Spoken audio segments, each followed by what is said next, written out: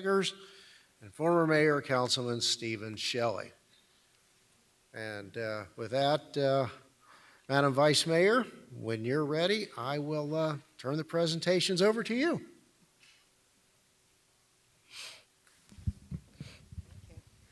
Thank you, Mayor, and good evening, everyone. Always a pleasure to see children in the audience, so thank you so much for being here. Our first presentation, we will be recognizing our award-winning Youth Council of Before They Sit. Please join me at this time.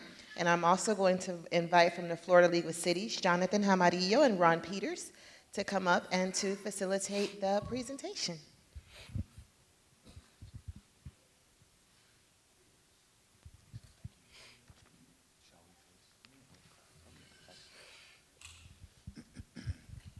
Good evening, Mayor, council members, staff, citizens, and the City of Homestead Mayor's Youth Council. Very excited to be here tonight. For the record, my name is Jonathan Jaramillo, Risk and Safety Consultant with the Florida League of Cities. It is an honor to personally present this award to you for being selected as a winner in the statewide video competition. This year, youth councils were asked to create a video in which they addressed two topics: how they are part of their city and why they are proud of their city. The topics correlate with the annual theme of Florida City Government Week, My City. I'm part of it, I'm proud of it. A week-long campaign also sponsored by the League, Florida City Government Week, helps educate the public on what local government does and how it directly impacts them. The Homestead Mayor's Office Youth Council video did a great job answering the theming questions, along with showcasing the great work your council does. We are all so impressed. The work of your phenomenal teen council is exemplary. Thank you so much for your service and hard work, and a special thank you to the staff and city officials who have put so much time and effort into making this an exemplary youth council. The Florida League of Cities appreciates the involvement and fantastic work of your extraordinary youth council. Now, I'm honored to present you with a trophy for the 2019 video competition. The council will also receive a check of $250. What an accomplishment.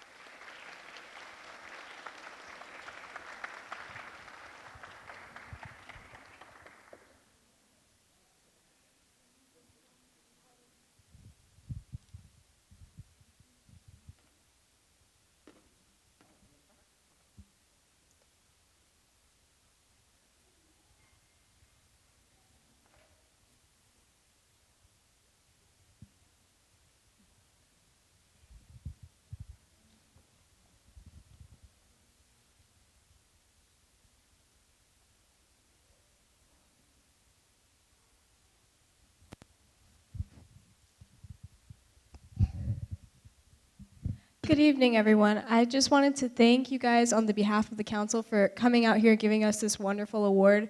We really appreciate what the Florida League of Cities does for us and helps us communicate with all the other cities around Florida. So thank you very much.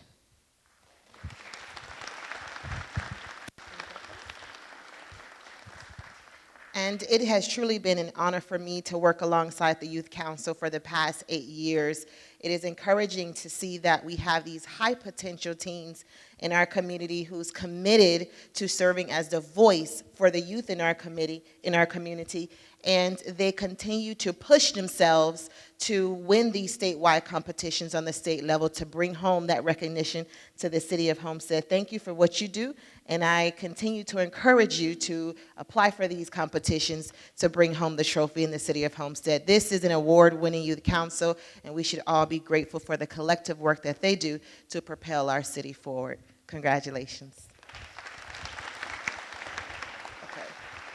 Next.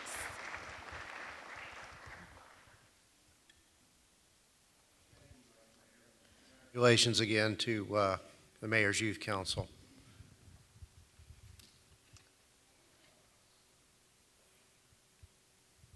We're ready for our next presentation?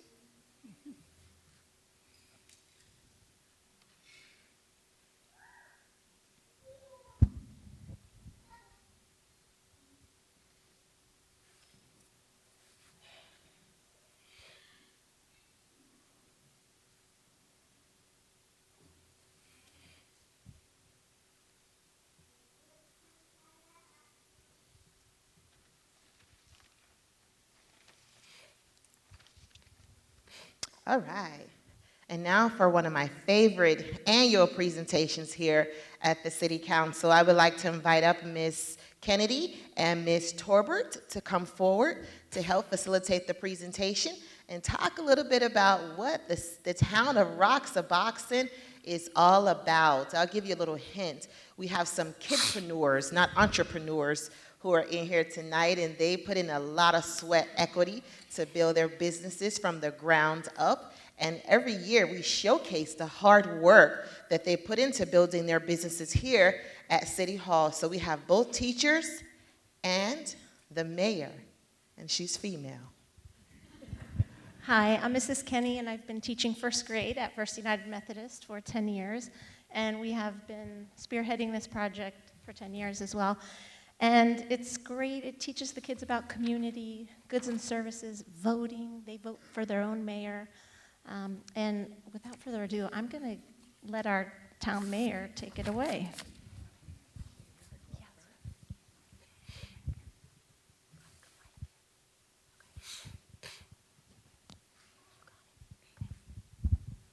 Good evening. My name is Emily Money, and I am the mayor of Roxbuck.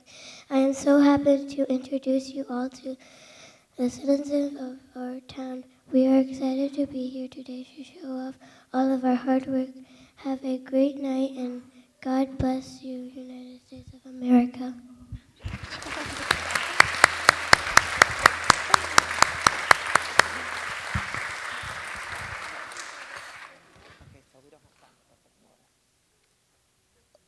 Okay, so I would like to start with Ms. Torbert's class. When I call your name and the name of your business, please come join us up front. We have Layla Madero with Art of Heart. If Layla will come please join us at this time. Let's give her a round of applause. We have Brianna DeFreitas with Roxaboxen Hospital. We have Isabella Acosta with Isabella's Sweet Shop.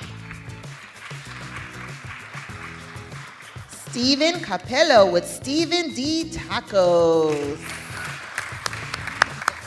Stephen looks edible. Is Liam Caswell here? Liam Caswell is here with Liam's Gem.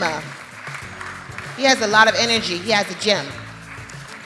Jude Hoff with Jude's Perfect Pink Pet Shop.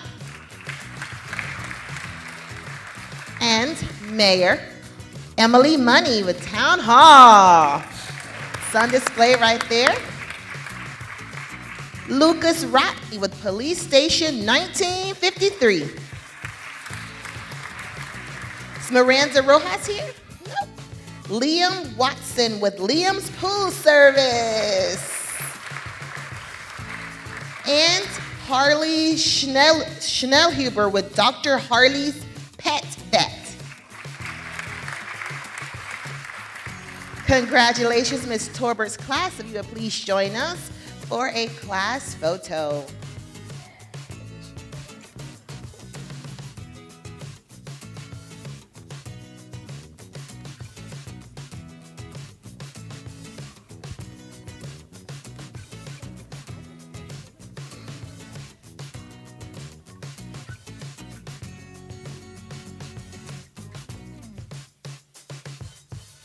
Awesome. Congratulations, Ms. Torbert. And now with Ms. Kennedy's class. Kenny's class. Okay, Akias Arciniega, U.S. Special Forces Office. Abel Caballero Casters. Nice. Ariana Delgado, Ariana's Movie Theater. You may want to partner with Showbiz Cinemas. I think you'll make a lot of money. Is Ellie Famata here? No? Okay, Alyssa Goodman, Circle G Ranch. She may end up being Little Miss Rodeo. Brandon Goodman, B Bait Shop. Is Natalia Ibert here? Audrey Lugo, Audrey's Coffee Shop. There may be a Bay by Showbiz Cinema for you. Jacob Lyons, Jacob's Game Shop.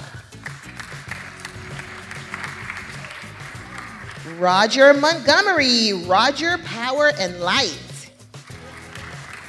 Keonis, is she here? Where's Keonis? We have a Power and Light guy here. Janessa Ortiz, Taste Sweets by Nessa. And look at her custom apron. I absolutely love it. Is Sophia here? No. Clyde Rosales, Clyde's Capital Bank. Oh, he looks the part. Let's give another round of applause for all these kidpreneurs in our community.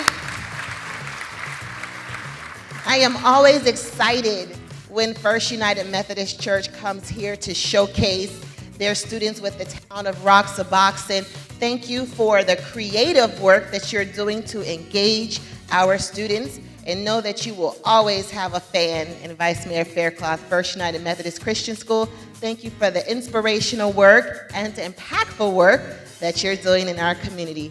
Congratulations.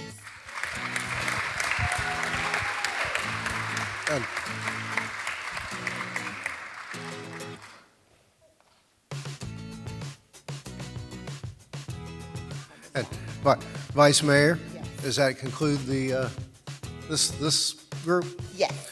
Well, we'll have some time between the end of the presentation agenda and the beginning of the council meeting, and I'd like to invite the mayor of the city of Roxaboxen and her hard-working community leaders to make themselves at home up here behind the council dais for as many pictures as you want.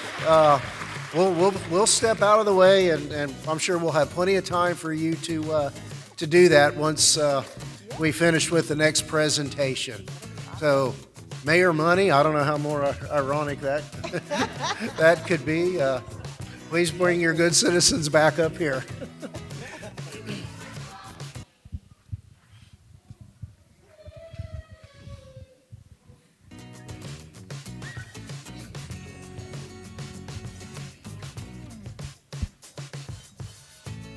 Councilman Roth?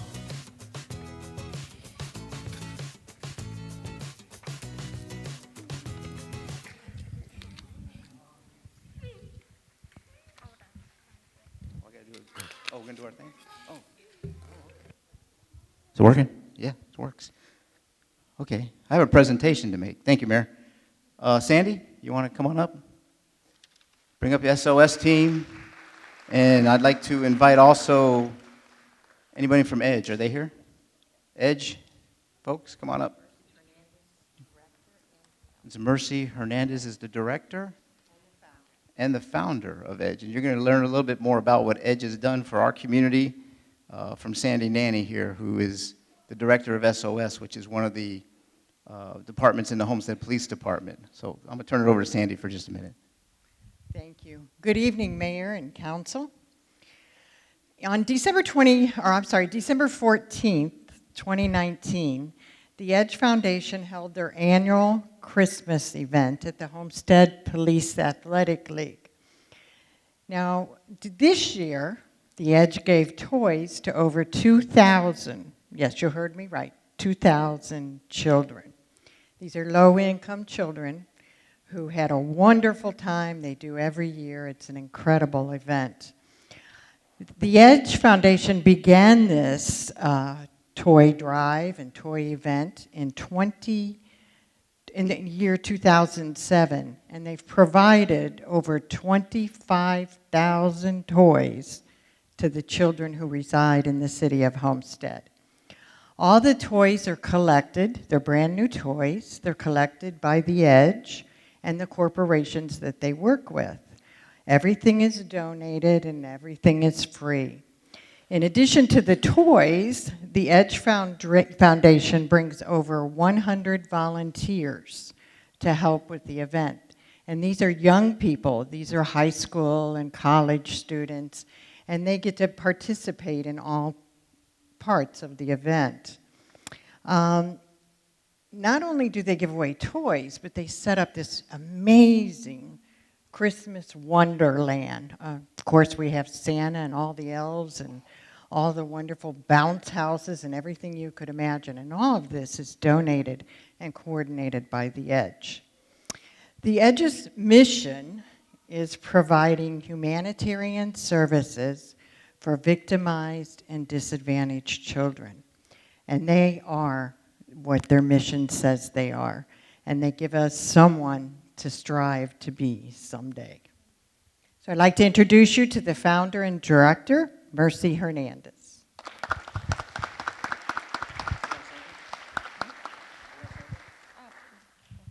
Thank you so much. Thank you very much for accepting us in your community and in your city. We're from a little bit north from Palmetto Bay, but we love Homestead, have for years and years, and we really couldn't do what we do without Sandy and Debbie, SOS, the police department, the whole team, everybody. So thank you for welcoming us and for working always with us. We love being here and serving your children.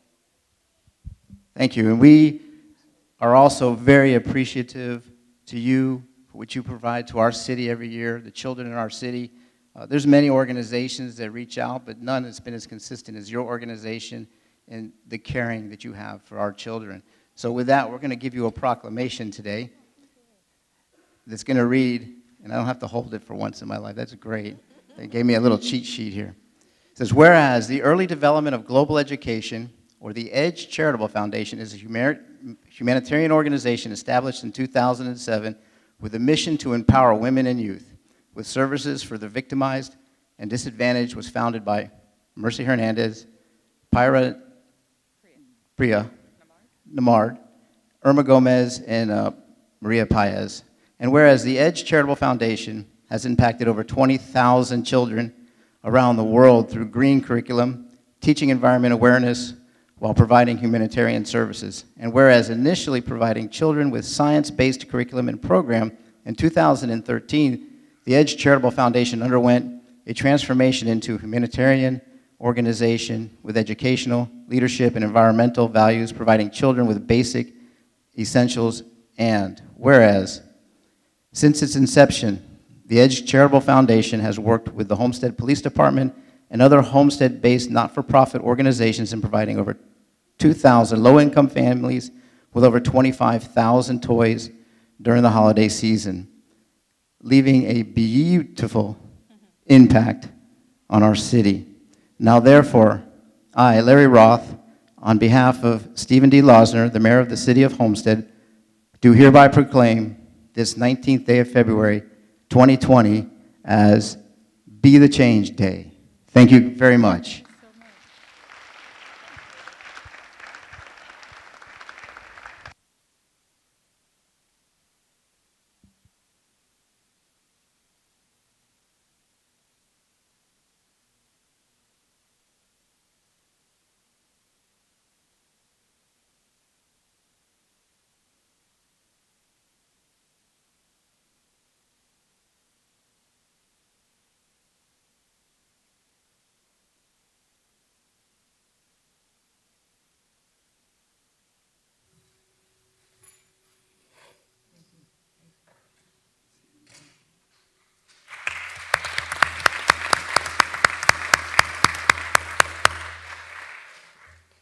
Thank you, Councilman Roth, and again, thank you to all of you who were recognized tonight for all you do and all you contribute to our community. And this concludes the presentation agenda for tonight, and I will adjourn this meeting, and again, remind those from First United Methodist Christian School that for the next few minutes, our dais is your dais. Please use it for photos as you wish. Thank you all for being here. Good night. Good evening, everyone, and welcome. I'd like to call the Wednesday, February 19th, 2020, City of Homestead Council meeting to order. It is now 5:59 p.m., and this evening we'll have the invocation by Pastor Rich Witter, pastor of Light Point Church in Homestead, followed by the Pledge of Allegiance with Councilman Roth and the Homestead Police Explorers. Please rise with me.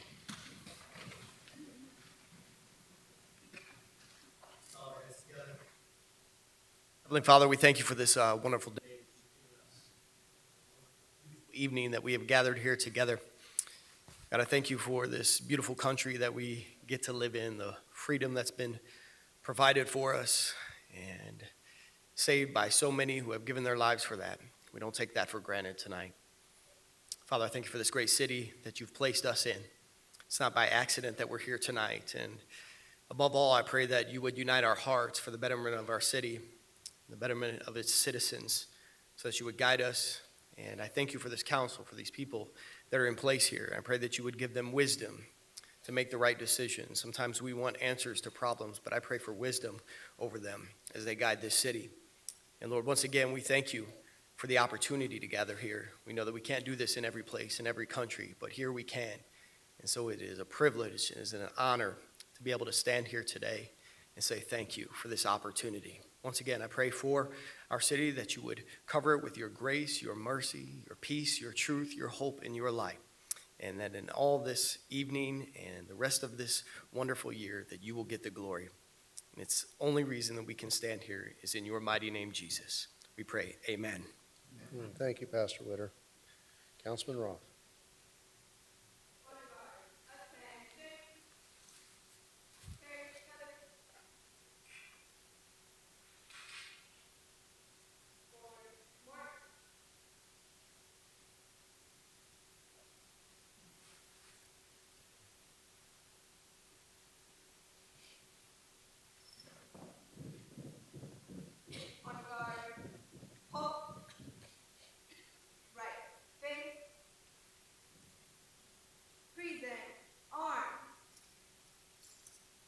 Please join me in our pledge.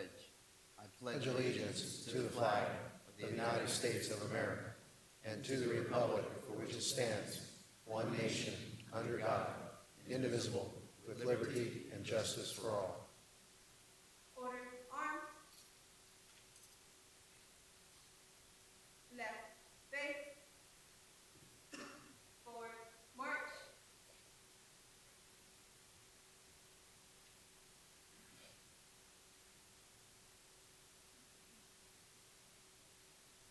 Thank you. Please be seated. Roll call, Madam Clerk. Councilman Shelley. Here. Councilwoman Bailey. Here. Councilman Ross. Here. Councilman Fletcher. Here. Vice Mayor Faircloth Staggers. Here. Mayor Lawsoner. Here. Thank you. Before we proceed, I want to acknowledge we have in the audience with us tonight two former elected officials of the City of Homestead, Vice Mayor John Burgess and Councilman Elvis Maldonado. Thank you, gentlemen. All right.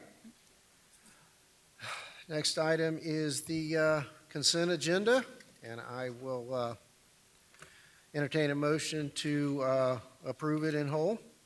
Move it. Moved by Councilman Roth. Seconded by Councilwoman Bailey. Are there any questions or comments? All in favor? Aye. Thank you. There are no quasi-judicial items. That takes us to tab 7, legislative matters. Mr. Attorney?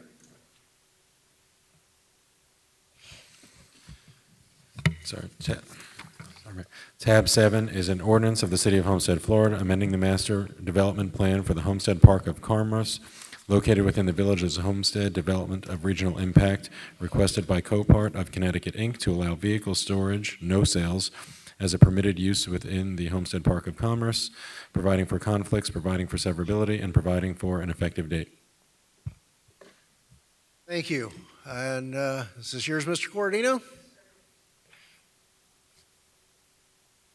Yes, sir, it is. The staff is recommending that the mayor and city council deny the request to amend the previously approved master plan for the Homestead Park of Commerce to modify the permitted land uses listed in the plan to include the vehicle storage, no sales as a permitted use. This had been voted for denial 4-0 at the planning board in December, and the applicant had deferred at our last meeting in January. What's happening here is the applicant is seeking to purchase and develop about 98 acres of land in the Park of Commerce for vehicle storage, no sales, but they would have an online auction for the resale, remarketing of damaged, inoperable, or operable vehicles, which is currently permitted in, or prohibited, I'm sorry, in the area. We've gone over this a few times. Basically, what's happening here is that we have the Park of Commerce, which has about 275 acres of land in it. Some of the Park of Commerce are in the air-based crash zones. The air-based crash zones are about 1,000 acres of land. There are acres of land inside the crash zone which had retained vested rights to use the uses which were permitted in the Park of Commerce Master Plan. The Park of Commerce Master Plan stretches, it goes over of the crash zones, but some of them are in it. There's about 164 acres of land that are in the crash zone with the vested rights. This application is for 98 acres of land. The proposed amendment would result in about, on these 98 acres, about 21,000 inoperable or operable vehicles on the 98 acres. The applicant has given us some proffers with this.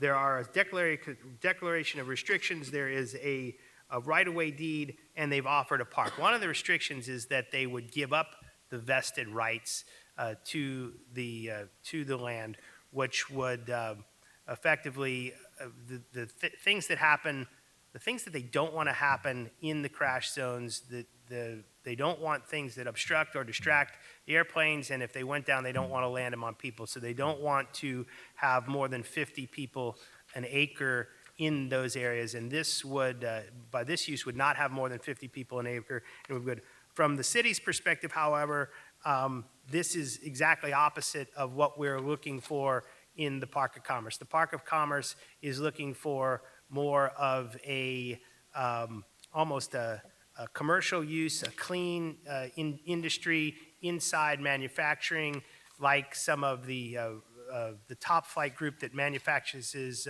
flight equipment for the military, almost like an office park type of setting. This is more of a heavy industrial use that the Park of Commerce does not want. It's, we've turned away uses like this. For instance, the concrete plant from Ozinga, we looked at the Truck Max, who was doing some manufacturing trucks and parking them outside. This is that, but on a grand scale. This is 100 acres, 21,000 cars in storage out there. So it's exactly the opposite of what the Park of Commerce Master Plan wants. So with that, I understand that it's a difficult decision. We're still recommending denial because it doesn't fit the Park of Commerce Master Plan. If you have any questions for me, I'd be glad to answer them. Council, any initial questions? Thank you, Mr. Corradino. You're welcome. All right, if there are no initial questions from council, I'll open the public hearing and invite the applicant or the applicant's representative to come forward. Good evening. My name is Tracy Slavins. My address is 701 Brickell Avenue.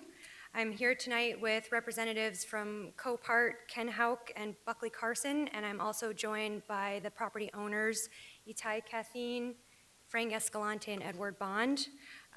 We are here tonight to present to you our proposal for this 98-acre piece of land. As staff mentioned, the Homestead Park of Commerce Master Plan doesn't necessarily allow this. We believe that there were ways for this to be approved administratively, either through a special exception process or a determination by the city manager. But staff felt that it was important that we brought this application to you for your consideration because it is a change from, I think, what was expected in the Park of Commerce when it was initially conceived. The interesting thing is that the Park of Commerce is part of the Villages of Homestead DRI, which was originally approved in 1975. The PUD Master Plan by the Rockefeller Group was approved in 2000. And in that time, since then, Rockefeller didn't get anywhere.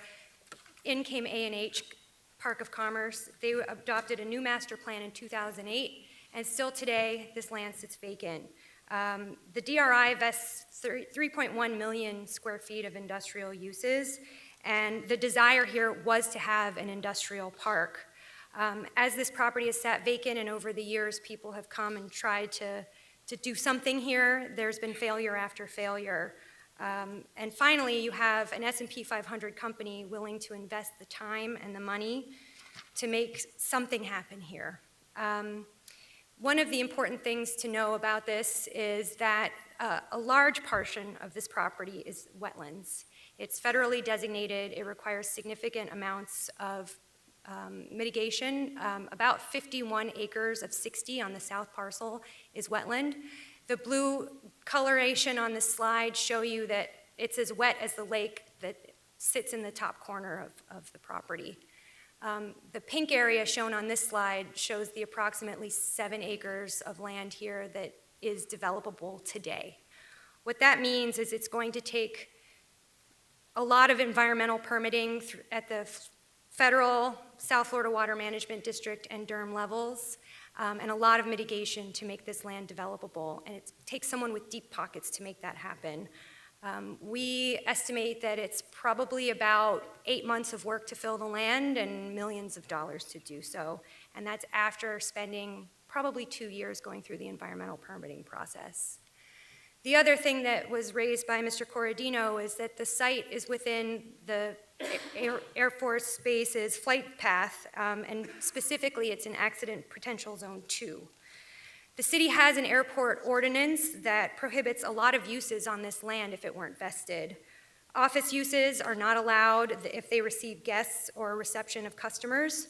Shopping districts are not allowed, hotels are not allowed, public assembly uses are not allowed, education is not allowed, and you're not allowed to have more than 50 people per acre on any site within the APZ2. So if we were to move forward with a use that is allowed even though under the vesting of the Park of Commerce Master Plan, we know that the Air Force Base would come out against it. And we know the importance of the Air Force Base. It's critical to this community that the base is successful. They have been vying for F-35s. In order to win those planes and have them based here in Homestead, they need to be able to show the federal government that their land is not encroached, that their flight path is safe, and that they have the capacity to expand their base. Copart, who is the ultimate user of this site and has the property under contract, has voluntarily agreed to restrict the uses on this property and basically withdraw itself from the vesting to ensure a harmonious existence with the base, to prevent encroachment into their operations, and to ensure that there is a success happening in the city of Homestead that really does create benefits for the economy, the community, and jobs. I want to tell you a little bit about Copart. They're a global leader in online vehicle auctions, and they are an international destination for vehicle sales. But their business model is integrated heavily on technology. What would happen on this property is one component of their multi-billion-dollar operation. Their online platform links their clients, which are vehicle sellers, primarily insurance companies, local governments, and charities, with buyers around the world. And only registered Copart members have access to their online auctions. It's a very well-run operation. They have more than 240 locations in 12 countries, and they work with over 750,000 members. 23% of their sales are international. They see this site as a site that they would use during a catastrophe event and to help with the recovery after an event. So they have currently a daily operation that exists in the Princeton area of unincorporated Dade. That site has been there for a number of years, but they recently acquired another 60 acres to accommodate their daily operations. That is a totally different arm from what's being proposed here with different management and different operations. We believe that this vehicle storage use should be permitted in the PUD. Unlimited trailer storage is allowed, and what would be done here is the temporary storage of vehicles after a storm, when storage and processing of these types of vehicles that are damaged by flood and other elements of the event are most critical. What happens on a daily basis is they receive thousands of disabled cars during times of catastrophe, and they work with the insurance companies and local governments to clear the roads and the driveways. The insurance companies will come and set up in their mobile command centers, which would be housed in these semis that you see on the slide, which are outfitted with Wi-Fi and generators to help with the processing of the title of all of these vehicles. Copart is expanding their catastrophe facilities around the state of Florida. This is not the only site, and this site would only serve southeastern Florida, which would include Broward, Miami-Dade, and the Keys. They also have a site up in Okeechobee currently, and they are expanding on the southwest coast of Florida and the northeast and northwest coast of Florida as well. This slide shows you a map of the recent hurricanes and where they've gone. We're under increasing threat every year, and with climate change, being able to recover after a storm quickly is more and more important as the storms get more and more intense. This site, again, would be used for storage only, and we would not be dismantling or deconstructing or crushing or compacting any vehicles. This is not a parking lot. This is a storage facility. Cars are not driven on the site. What you see above you is a site plan for the 38 acres on the north side of Park of Commerce Boulevard. All the cars are brought in on flatbed or tow trucks.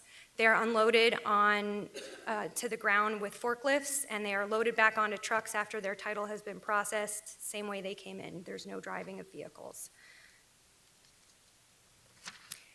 Here are some examples of sites that Copart has. As you can see, they're very clean, they're very orderly, no cars are stacked. They are used sometimes on a temporary basis if they don't have a facility in a place. For example, here, after Hurricane Irma, cars were parked at the Speedway and then taken out. But the idea here would be that Copart has a site ready so that the recovery operations are seamless. This is what the site looks like today. It's overgrown. It has non-native species, Brazilian peppers, Australian pines, and a lot of weeds. There's probably a lot of other things back there as well. And Copart is going to be the one to come and finally clean it up after 40 years of it sitting fallow. This is a rendering of what the new site would look like. You'll have an 8-foot masonry wall. It will be bordered on both sides by rows of trees. On the front side of the wall facing the street, you'll have a collusia hedge and 2 rows of street trees flanking the sidewalk. And on the back side of the wall, you'll have another 3 rows of trees. The intent here is that no one will ever see a car or a truck on the other side of that wall. The operations will be kept totally hidden from Park of Commerce Boulevard and maintained in a really beautiful way.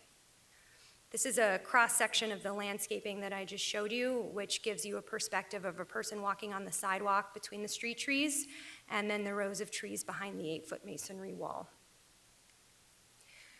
These are the types of equipment that Copart uses to move the vehicles around the site. As you can see, they're clean, state-of-the-art, and the cars are not driven on the property. This is not a junkyard. There is a covenant that we have proffered on behalf of Copart that restricts any of the uses that you see on the screen. There will be no dismantling or deconstructing of vehicles, no crushing or compacting of the cars, no piling, no stacking, no rebuilding or restoration, and no in-person interactions on the property for sales purposes. The route that our trucks would use when the site is activated after a storm, which is typically for about 60 days following a storm event, are the peripheral roads that are away from as much residential traffic as we can possibly accommodate. So the idea would be anybody coming from the south would exit off the turnpike at Palm Drive, and anybody coming from the north would exit on 137th Avenue, either from 137th or from 288th Street. The only time that trucks will use these roads is after a storm when regular traffic is disrupted. During the rest of the year, and maybe for years on end, there will be 0 trips generated by this site. There will be 0 activity on the site. One of the things that Copart prides itself on is that they like to be a partner in the community. Even though this site will be vacant for hopefully all year long, if not most of the year, Copart often offers its facilities for first responder training. 50% of their Copart facilities allow law enforcement and EMS to train on the sites. So SWAT, canines, special operations, fire, and emergency training can take place here, which is something that we hope that you will take us up on if we get approved. This is a photo of the lake. It's a 17-acre parcel of land with about a 14-acre lake within it. One of the design options that we have proposed to the city staff is to update and clean up this lake. And hopefully, if the city is interested, we would like to turn this into a park. The idea would be that the lake can be surrounded by a 3/4-mile trail that could be used for the public. We have proposed potentially some exercise vita course activities, a dog park, playground, or other amenities that we can work with the city to determine. The owners and Copart have committed to funding the improvements and delivering a completed park to the city if the city would like to accept it. And we believe that our property taxes that are generated by the 98 acres will cover the maintenance and insurance for the property. This is an image of what we think that this lake could look like, which would be wonderful because on the east side of the turnpike today, there are only 2 open park facilities for the residents, and every day there are more and more people living in this part of the city. We'd like to be able to give a public benefit to the city that I think would really make communities better and are in walking distance of a lot of households. In general, we do believe that this property will bring a positive economic impact to the city. We calculated our tax revenues over 10 years. The total tax revenues are about $9.2 million, with $2.7 million of that going to the city. So we estimate that about $270,000 a year in property tax revenues will go directly to the city.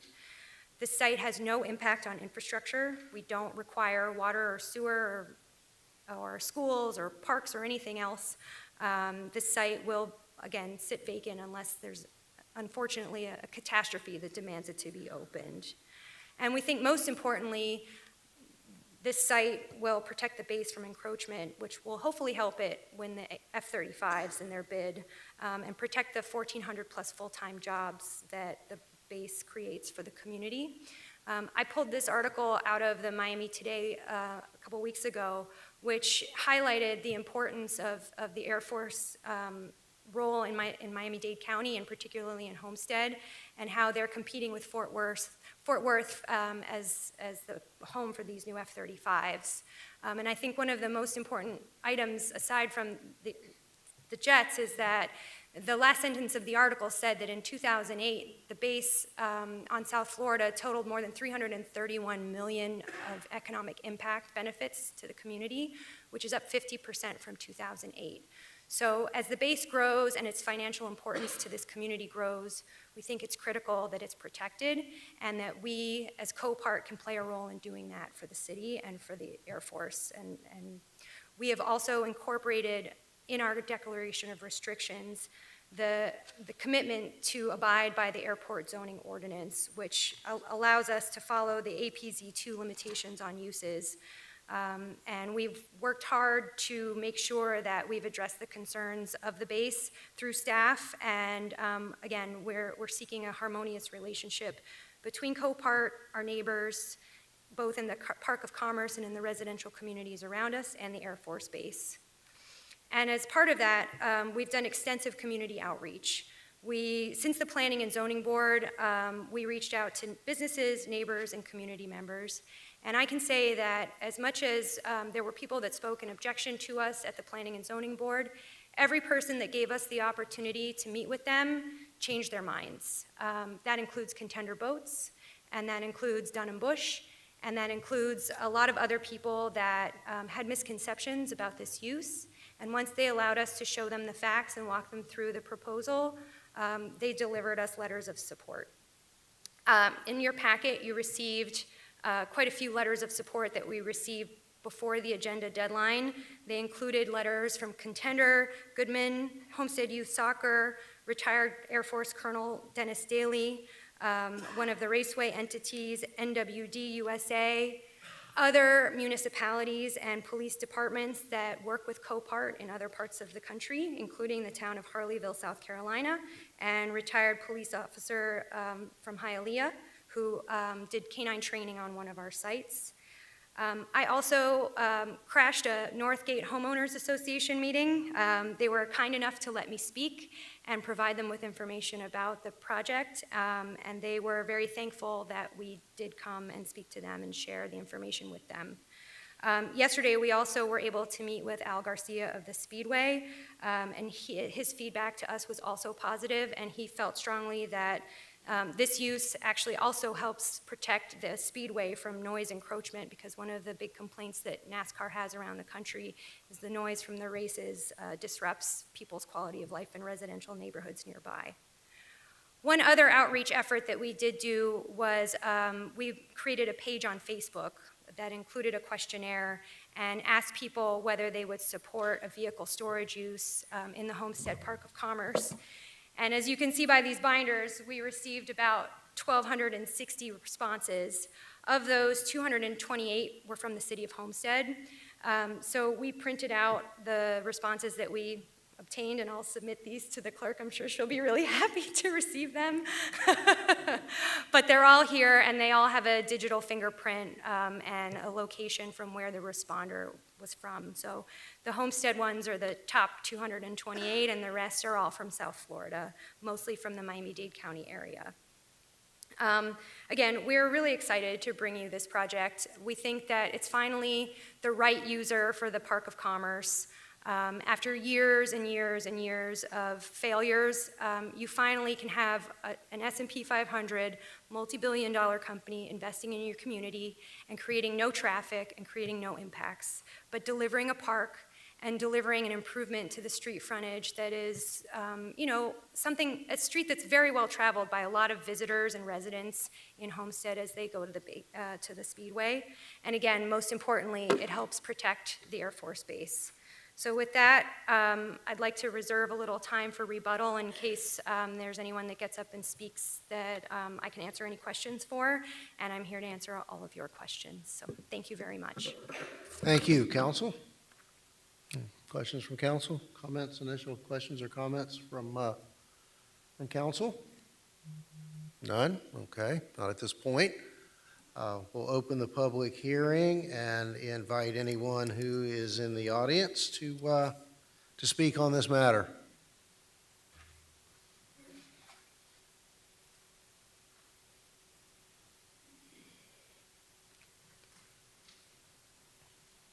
Hi, Susan Sorrentino, 2610 Northeast 3rd Drive.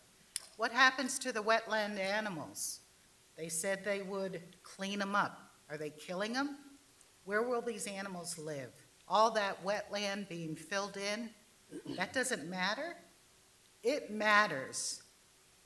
We are on the edge of Everglades. You keep taking land, even though it's submerged, there's lots of local animals living there. Please consider that. Thank you.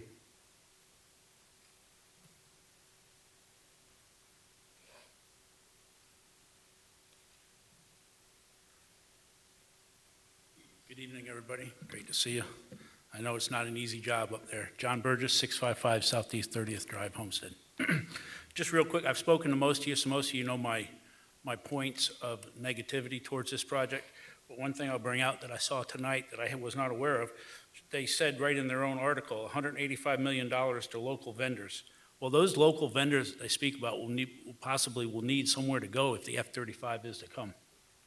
If we give up this 90-some acres, that's 4,900 possible jobs if you put 50 persons per acre, which is allowed, which probably would not be a realistic number, but that's 4,900 possible jobs that could come down to Homestead that would be wiped away with this project tonight.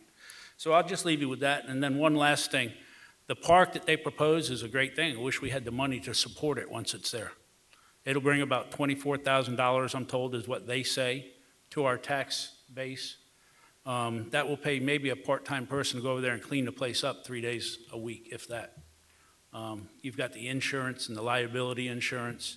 and all that, and the maintenance that goes with a park. We can't take care of the ones that we have to the degree that I know most citizens would like. So to add another burden upon the taxpayers of Homestead for a project that I don't think is good would be a bad idea. So thank you very much for your time. Thank you, Mr. Burgess.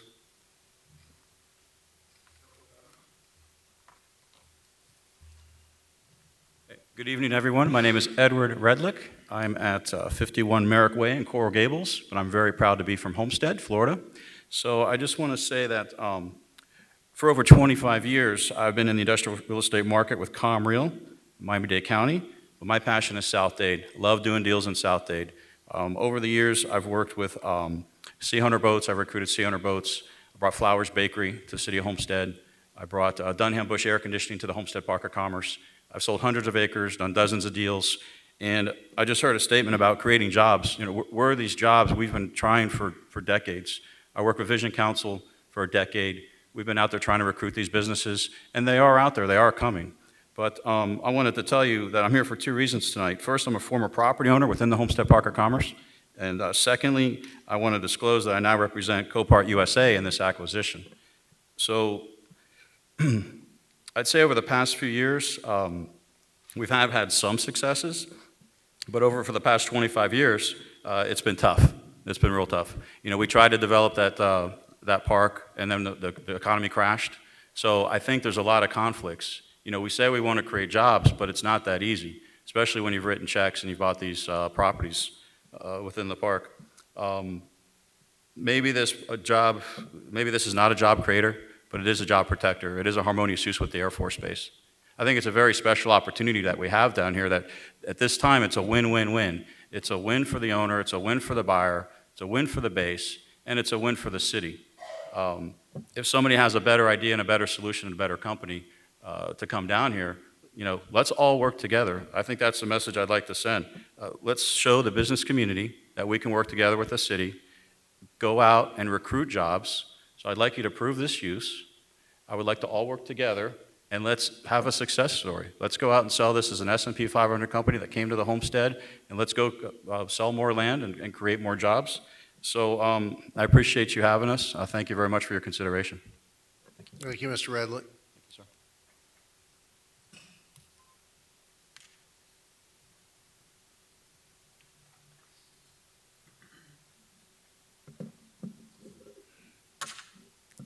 Kevin Sullivan, 1860 Southeast 6th Court. I think tonight a little history lessons in order. Nobody sitting up on that panel, including the city manager, the mayor, the city manager and the lawyer, were paying taxes here in 1993 when this park was established, except for the mayor and myself and a lot of other homeowners. We marketed this as a park of commerce. We used the Rockefeller Group for many years, paid them hundreds of thousands of dollars. We didn't get much out of it. We paid other outfits, we didn't get much out of it. Finally, we're starting to get a few buildings in there. The whole purpose in 1993 for this park of commerce, for the taxpayers to pay all this money, was to create a more tax base and to create some type of jobs that the people didn't have to commute to Miami for. So what the hell is this project doing? They're going to have a worker out there. They're going to pay some taxes. But I'm never getting back the money we've paid over the years for promoting this park of commerce. This new building in there, Dunham Bush, that's a fantastic building. I wish we had more to come in. They're going to have jobs, not a lot, but they're going to have jobs, and it's a great first-class building. They talked about salvage yards, junk yards. You know, you look it up in Webster's dictionary, and they're interchangeable. A salvage yard is a junk yard. A junk yard is a salvage yard. So let's not get into that distinction. Changing this zoning to this thing from what it is now is a complete reversal of the whole project. So what you're going to tell me if you vote for it is that me and all the other taxpayers over the years that paid over $1 million to market this were stupid. I'm not stupid. I hope you people aren't. One of you sitting up here took quite a few thousands of dollars from Copart and other out of, Copart's out of the state, but the others are out of the city, why would you take that money? They don't have anything to do with the city of Homestead. Now me, I'm a conspiracy guy. You know, we've been looking for Hoffa for 45 years. So I don't know how you're going to vote up here tonight, but the way I look at it, it should be a 6-0 no vote. Thank you. Thank you, Mr. Sullivan.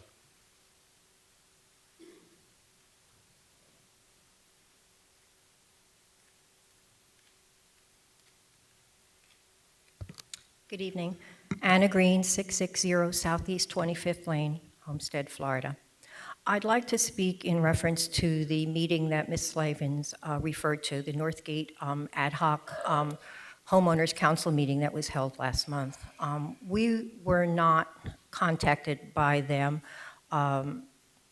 before the meeting. We had no idea that they were showing up. They did show up. They got through the front gate.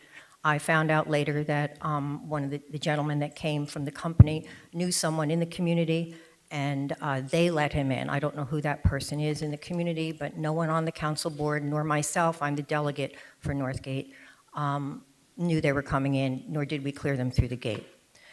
We did let them speak. They presented what they wanted to tell us, and we asked questions. I might say there were only 26 residents present at that meeting, and I don't think that's representative of the 539 homes that we have in the community. So to say that we were in full agreement or were going along with what they were saying would be a long shot, because there were only 26 people there. We didn't vote on it. They did take our questions. We are concerned with any damage to the soil from any chemicals, any gasoline, or anything that may leak into our water system from these cars that will be stored there. And so I'm here to say that I am not representing my whole community, because I can't do that. There's 539 homeowners there, but there are many of us that are not in favor of using that land for this purpose. Thank you. Thank you for coming.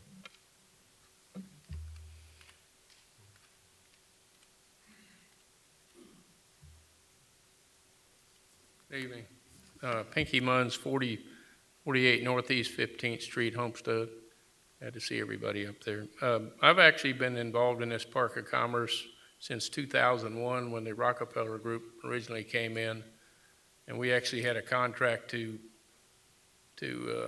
subdivide and grade and fill that project. Well, that drug on for quite a few years, and Rockefeller never gained any traction in the park, as everybody knows. So the contract went sideways, and nothing ever happened. I was also involved in with the Vision Council for years. We were trying to promote the Park of Commerce with the free trade zone and other incentives to bring businesses down there. But for years, we worked with quite a few people in this room trying to bring businesses, and just couldn't get any traction. With the conditions with the Air Force Base approach and the distance from the commercial areas in City of Miami and Hialeah, the truckings just took it out of the equation. So that failed, and nothing got any traction. In 2007, Renee Taylor and I purchased a 4-acre piece from Lapis. It was a pharmaceutical company that the City of Homestead had actually sold the property to. They were going to relocate, and then I guess they decided that for some reason they wouldn't, so we purchased the property, and we've been sitting on that piece of property since 2007. We've had a couple of minor deals on it, but nothing's ever materialized. It's always with the restrictions and the covenants, the Air Force Base issues, they never have materialized, so that's all fizzled out. We've done work for two developers down there that we've done all the work for. We've recently done the Dunham Bush project, and then the Frito-Lay project there. But the GBX developer that did the Frito-Lay, he tried hard, but you see he just got that one small building, then he fizzled out. I think the lender picked up the mortgage on the property, but it just never seemed to get off first base down there. So I think with all the Air Force Base issues and the covenants and the restrictions the city has on it, that Copart's an excellent use. It's, the air base is very important to the city of Homestead, brings a lot of revenue, and I think that's paramount in trying to develop the property. That you can't get any interest down there, and I've been involved since 2001. And I hope you guys will support their application. Thank you. Thank you, Mr. Mons.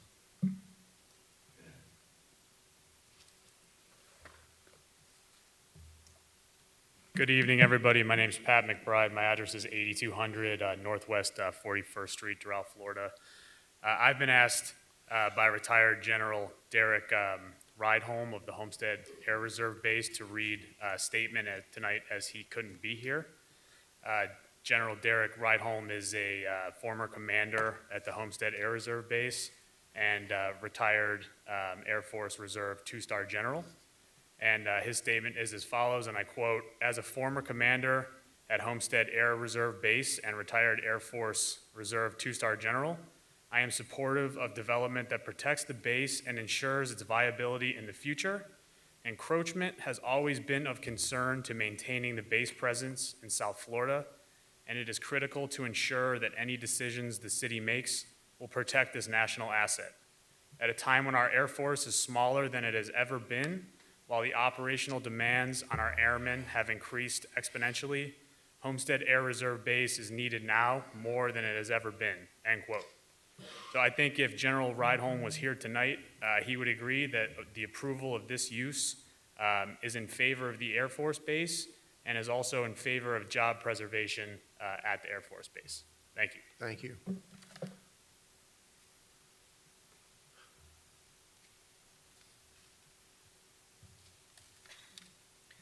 Good evening. My name is Peter Sheridan, 759 Northeast 4th Avenue, Fort Lauderdale, Florida. I'm an associate of Brian Smith, who unfortunately could not be here tonight. We're affiliated with, Brian is the managing director and the industrial lead for Jones Lang LaSalle, JLL, of South Florida, a Fortune 200 global services provider. Unfortunately, he's out of town. He couldn't be here, so I'm reading a letter on his behalf.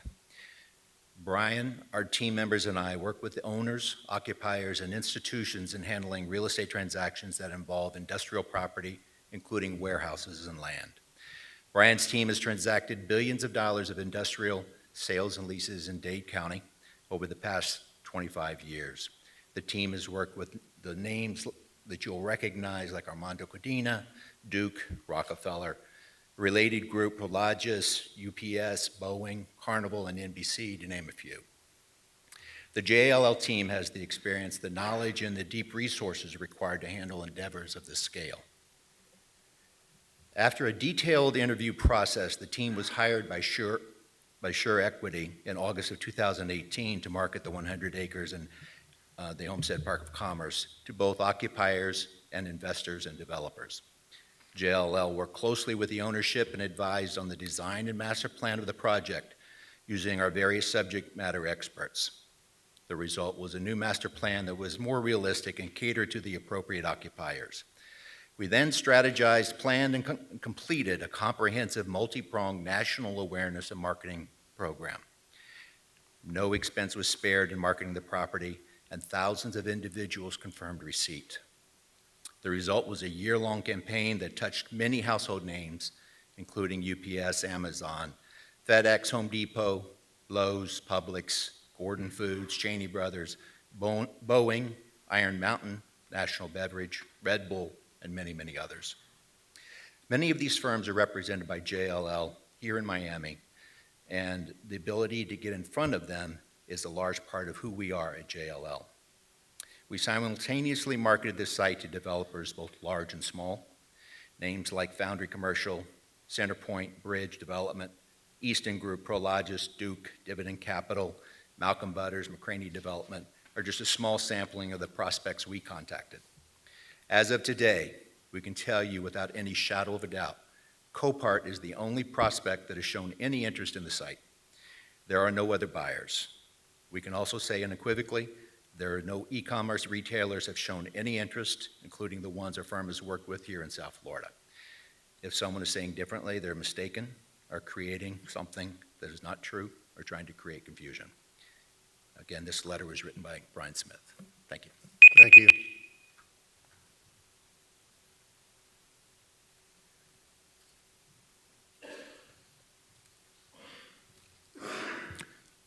My name is Itai Kathin, 10809 Golden Eagle Court, Plantation, Florida. Good evening, Mr. Mayor and council members. My name is Itai Kathin again, and I represent Homestead Park Development Group, which is the current ownership of the site. It's been a long path getting to this point. Thank you for working with us, all of you, individually, and providing valuable input. I'm very proud and glad to say that where I stand here today, Copart has presented a plan that incorporated a lot of individual feedback from all of you. In addition to meeting with all of you, we've had extensive community outreach. Every single conversation that involved taking the time to listen to facts ended up in support, and that includes surrounding users, local businesses, residents, Speedway, the airbase, as well as widespread support from both current and retired military leaders. We've been involved with this project for several years, first as lenders and most recently as owners. And as discussed, this site has had several persistent challenges. Tracy touched on the wetland, the federally protected site, huge issue. In addition, the site is in the center of Homestead Air Base flight path, making dense uses a serious risk to the long-term mission and presence of the base in this community. Now, as landowners, we do have vested rights that supersede the base's preference, and we would be ready to protect those rights, but I hope that we don't have to. For all the reasons already discussed this evening, this truly is a win-win-win opportunity for the community and the city of Homestead. Once again, I ask that you vote in favor of this plan, and I thank you for your support. Thank you. Gentleman in the rear. Yes.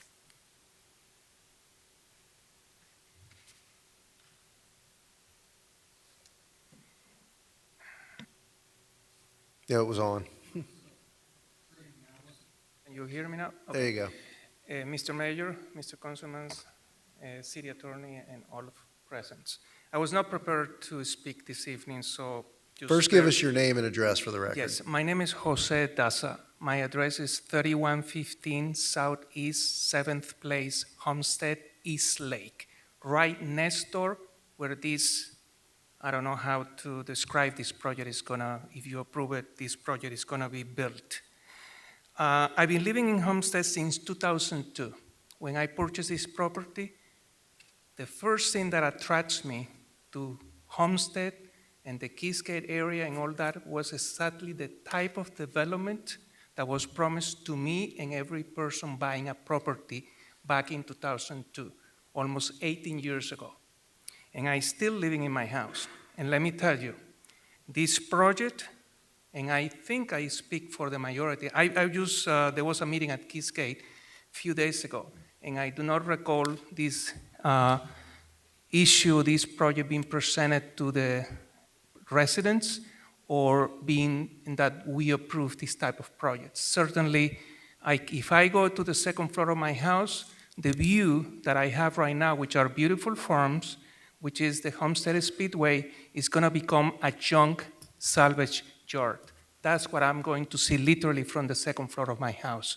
If this project is were to approve, I can assure you I will be one of the first ones considering selling my house immediately, and a lot of residents of Keysgate and East Lake, because this is going to be negative for the neighborhood and for Homestead as an overall.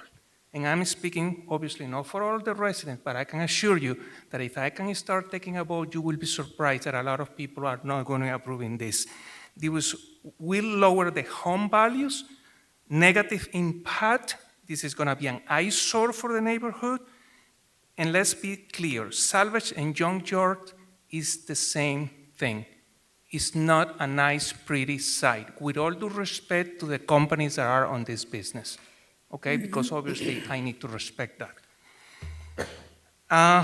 You have a great potential to finish and developing the Keysgate area and the Homestead and attracting good businesses. But I can assure you, by the way, in the architectural profession. I've been for 30 years developing projects in Miami-Dade County Airport major projects. And I can assure you from the development standpoint of view, this is not, for that neighborhood, the correct project to be approved. It's on your hands, and again, I was not prepared, and thank you for your time. Thank you. Thanks.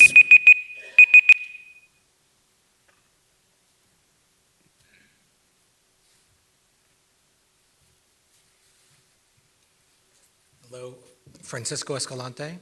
I'm with the ownership group, and I just wanted to say briefly that about 10 days ago, we started a online questionnaire directed at the citizens of Dade County, and I'd like to read to you what the response was from over 1,200 people, including over 227 residents of the city of Homestead. And again, this is just in 10 days. I support the long-term mission of the Homestead Air Force Reserve Base.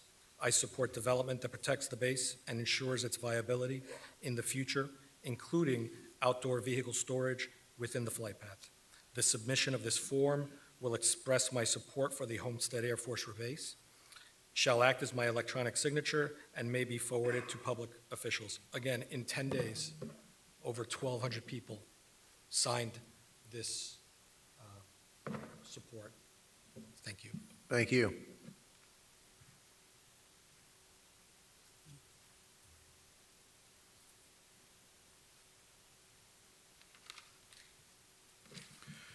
Good evening, Mayor, Vice Mayor, and Council. My name's Dennis Daly, and I'm a retired Air Force colonel, previously stationed at Homestead Air Reserve Base from 1982 to 2008 when I retired. My last command at HARB was the Mission Support Group, and I ran that from 2002 to 2008. Prior to that, I was an F-16 pilot there and the deputy commander for the F-16 operation. During my time commanding the support group, and with the leadership of key people like Larry Ventura, who you all know, we did the 2007 ACU study and the Joint Land Use Agreement, which were the precursor to the Homestead Airport Ordinance from 2012, which you're all familiar with, I'm sure. Tonight, though, I want to let you know that the 42nd is a top contender for the next round of F-35s. And its sister reserve squadron is at NES Carswell at Fort Worth, Texas, and it's already been awarded or given a head nod for an F-35 award to replace our aging F-16s. So even though the sister unit has received an F-35 head nod, there's still a competition within the Air Force Reserve for the next round of these aircraft. And the other three competing cities are lobbying hard for these jets. The city of Homestead and HARB is a top contender for a lot of reasons. And we're the best choice because of airspace and several great reasons. However, we still need to make sure we have an encroachment-free APZ 1 and 2, and one that's guaranteed for the out years. This is a very important part, especially knowing that the Alger Farm APZ 1 land use suit is still going on, still not settled. The Copart project provides a powerful positive offset to that negative that people will see in the discussion that follows about encroachment. So passing this sends a clear message to the Air Force and congressional leaders. Passage of this project allows the mayor, the vice mayor, and the council to go meet with Governor DeSantis, Senator Rubio, the Air Force Reserve RE, the Air Force Reserve Commander, and showcase concrete steps that you're taking to protect the base, bring in F-35s, and protect that mission for the out years. So it's a good, positive statement that's concrete, that's definitive, and that protects the base. During my tenure as the support group commander, we added the Special Ops Command and the Coast Guard rapid response missions, which have grown tremendously over 14 years. The SOC building's a testament to that, which you've all seen, I'm sure. So a coveted F-35 award means continued mission growth, additional facility construction, increased contributions to the city and community. I'd ask you to send a message to the Air Force and use your foresight tonight to submit that for a long-term arrangement. For developmental services, I would offer also, as a former F-16 pilot with 2,000 flights off the base, the APZs are constructed for community safety. Thank you, Mr. Daly.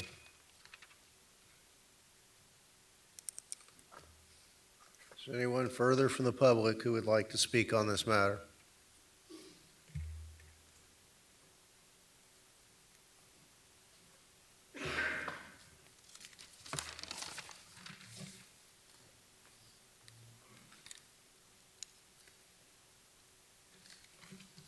Good evening, Mayor and Council.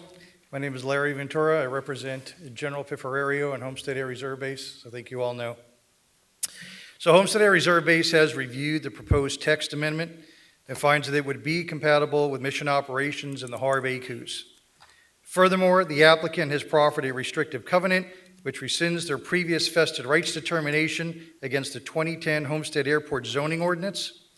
If approved by the council, this action would ensure that future development on the applicant's property, which is within HARB's Accident Potential Zone 2, would be fully subject to the 2010 Homestead Airport zoning ordinance and therefore compatible with HARB operations in perpetuity. This compatibility would help protect the operational capabilities of HARB and help to ensure that the installation would be more able to embrace future mission sets, which could result in more jobs and an associated positive economic impact to the community. To be clear on the point of compatibility, and I have to remind everyone that many of the contemplated uses in the Park of Commerce are not compatible with your Air Force Base. They simply are not. Those properties were vested against the airport zoning ordinance, including this one, if ever developed to include high-density uses as conceptualized, would be completely incompatible with your air base and could threaten the sustainment of the base mission. Currently, the base employs over 3,400 people in good-paying jobs and in 2018 pumped over $330 million into the local economy. This information is simply provided to help you make an informed decision. To that point, I also want to announce that on Tuesday, March 3rd at 5 p.m., the public presentation and comment period for the F-35 Environmental Impact Statement will be held at Miami-Dade College, Homestead Campus, Building F, Room F22, 222. I would like to invite all of you to attend. It should help you to understand not only how HARB was measured against the other competing bases, but also how HARB will be measured in the future when competing for new missions. The pamphlet that was just handed out to each of you is about, that is the F-35 EIS, which will be on March 3rd. If you look on the back, on the top right-hand corner, you will see the different areas that are measured when looking at where to station new mission sets. You will find those up there that talk about the airspace, noise, and flight safety, ground safety. All those are in the hands, at least partially to some extent, of the City of Homestead. I hope you'll all join me on that evening. The Homestead Air Reserve Base greatly appreciates the City of Homestead's continued support and efforts in ensuring compatible land use within the Accident Potential Zone. I will remain for questions if you'd have them later. Thank you. Thank you, Mr. Ventura. Anyone further on this matter?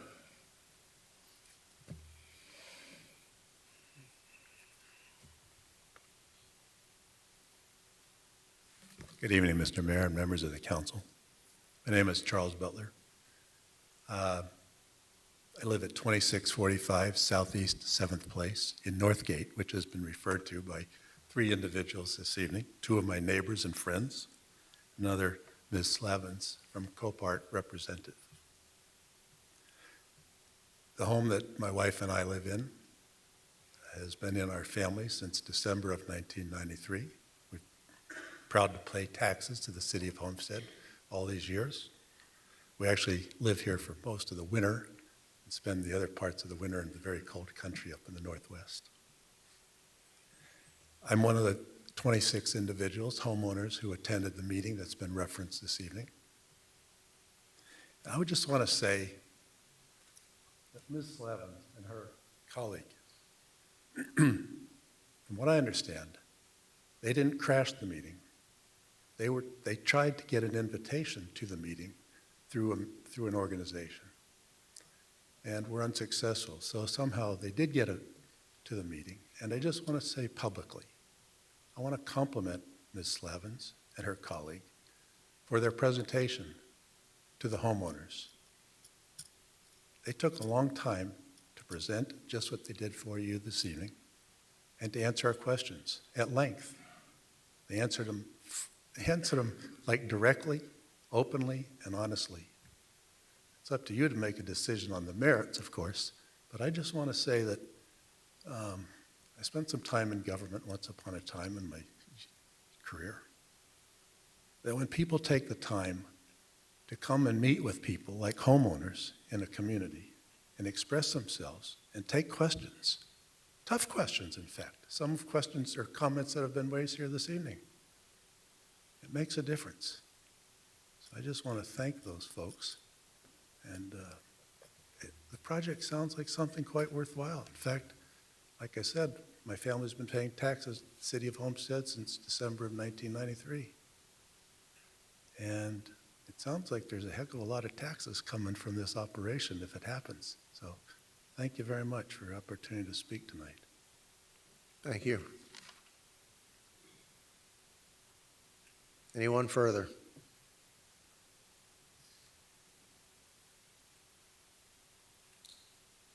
No further comments from the public?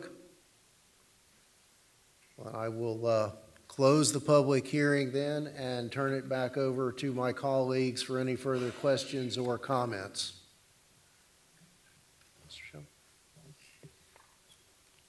I'm sorry, go ahead. Well, I'm here to answer your questions, but Okay. if there are a couple of things I would like to rebut that were stated. Regarding environmental concerns, in your packet, there was about 46-page pamphlet from Copart that details specifically how they maintain their sites and keep them environmentally clean. We can get into details, and I have an expert here from Copart to answer any of your questions on that. Regarding local jobs, although this site will not create any full-time, long-term, permanent jobs, there are a lot of jobs created by this user. Initially, there are all of the environmental permitting, site drainage, grading, and clearing that's going to have to happen. It takes about 6 to 8 months to do the actual groundwork. It's millions of dollars of investment that will go to a contractor, and he will bring in probably a crew of 50 people to do this work over the course of 8 months.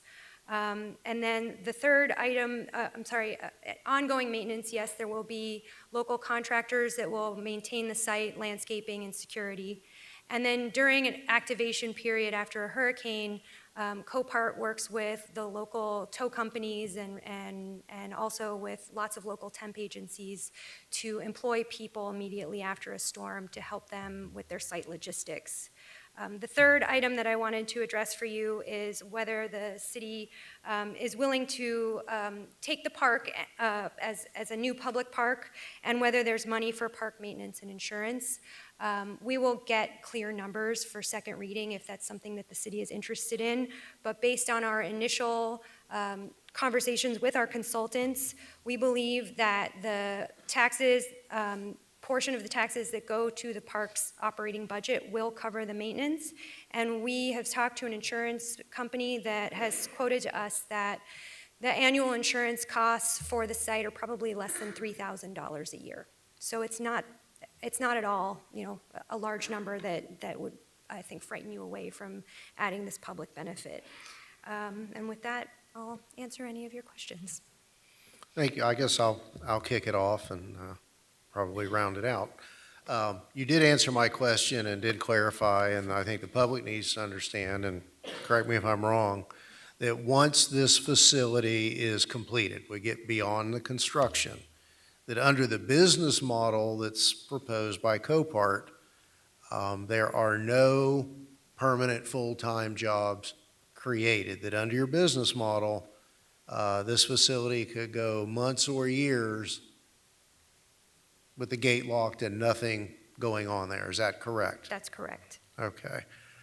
However, the text change would allow, let's say, Copart to lease it to someone else who has a continuing similar operation, but not for disaster-type vehicles.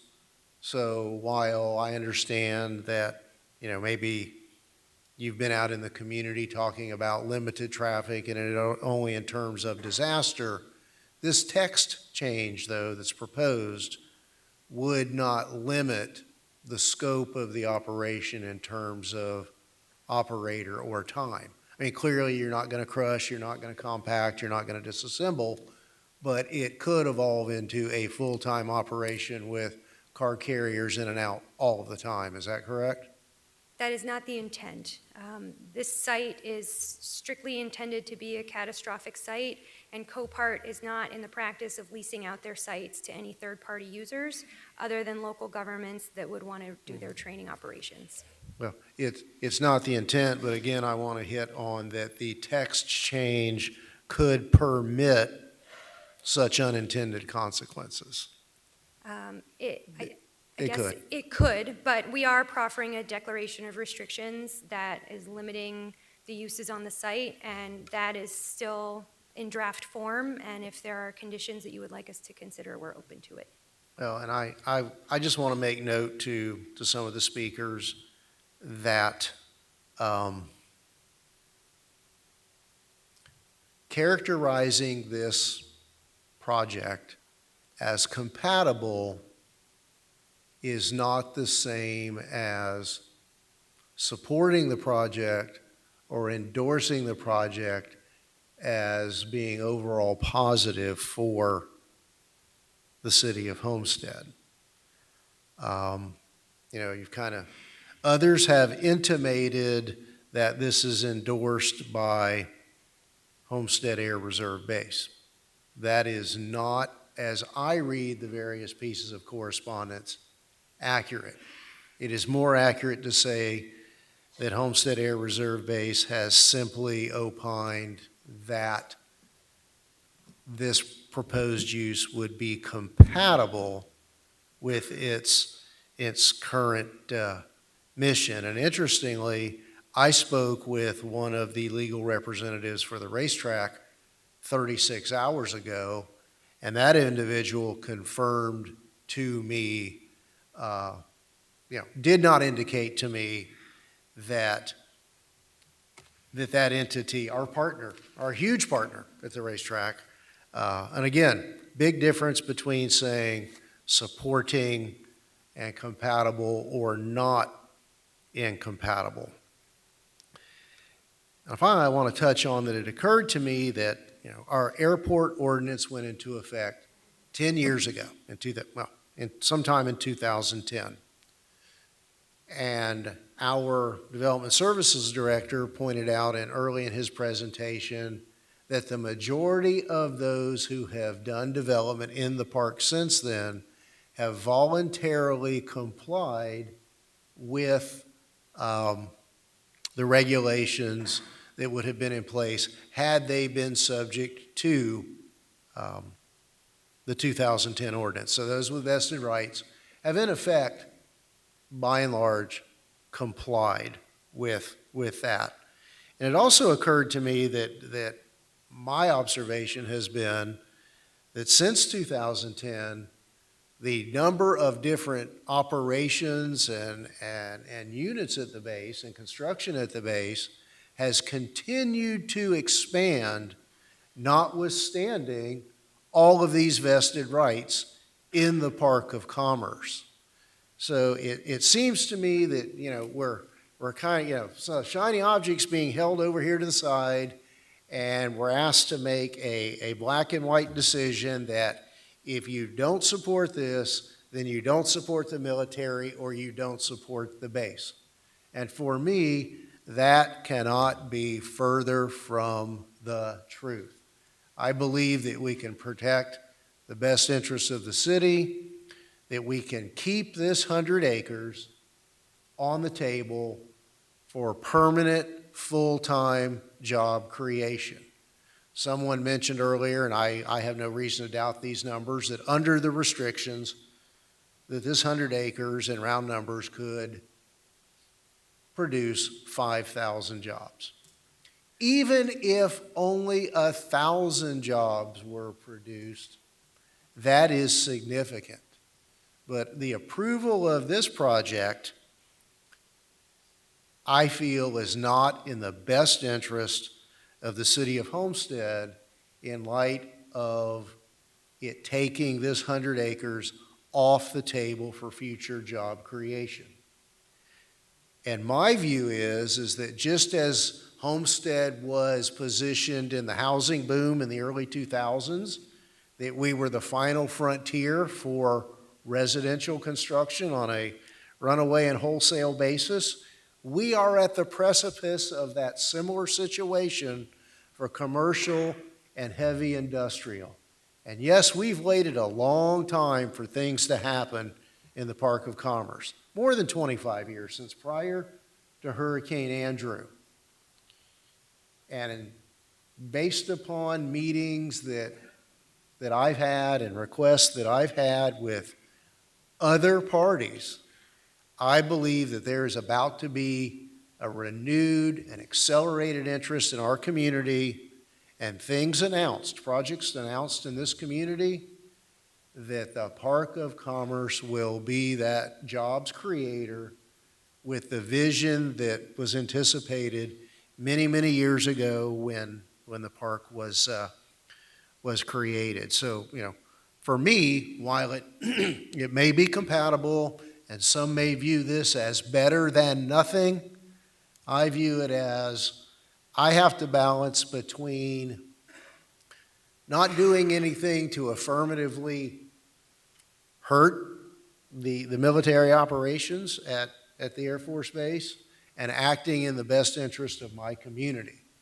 And based upon everything I've heard and seen, and I think all of us have had the opportunity to have several meetings and phone calls, correspondence from the owners, the applicants, and interested parties on both sides of the fence. And, it's a difficult balance, but for me, it's about the edge of the potential that this community is on, and I, in good conscience, cannot vote to take this 100 acres of future job creation out of the mix.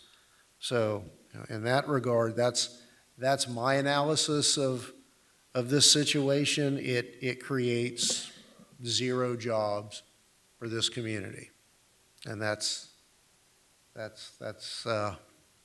my tipping point, knowing that historically, even with these vested rights in place, that the military operations have continued and continued to expand with other units.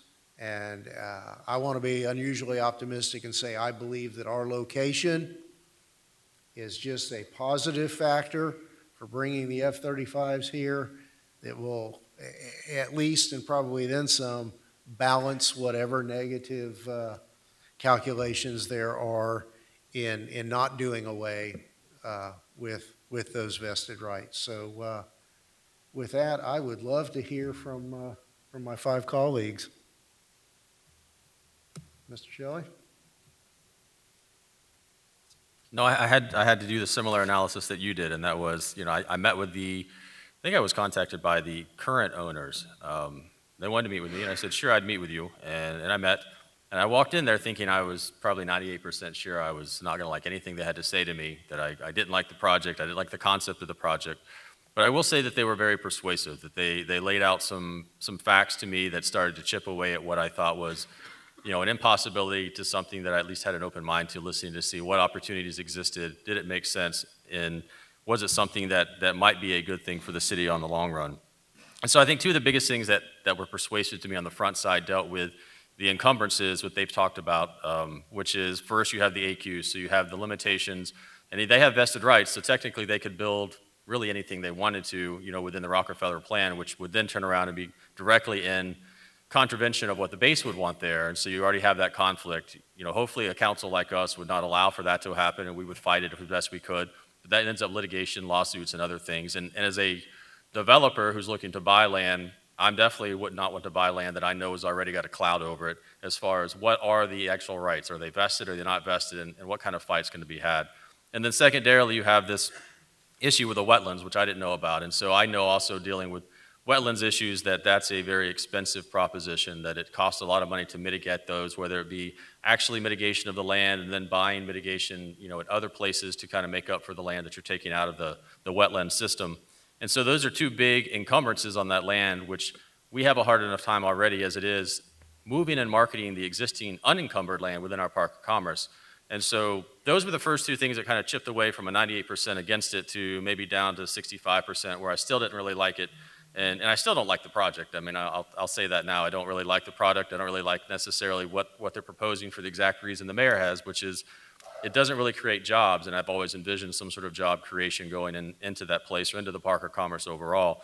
But I also acknowledge that with those limitations, the chances of enticing anybody to go there to then create jobs is also very slim to none.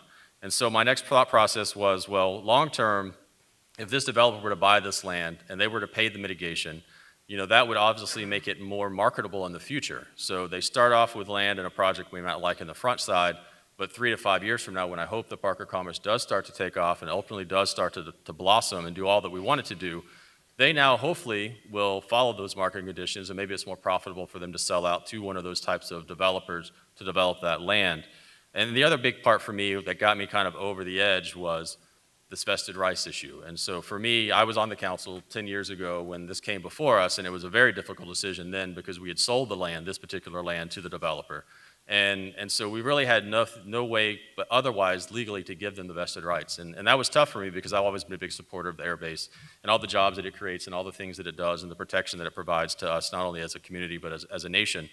And so I also saw this as an opportunity to possibly reverse that, to undo those vested rights and to ultimately better protect the base on 100 acres that are directly under the prime landing area.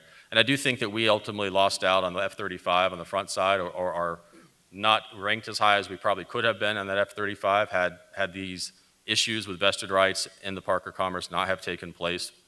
And so the biggest weighing point to me is ultimately getting these vested rights off the table, removing them and the threat that it causes to the base. Because I agree that as long as there's a supportive council up here that supports the base, we're likely not going to allow that to happen.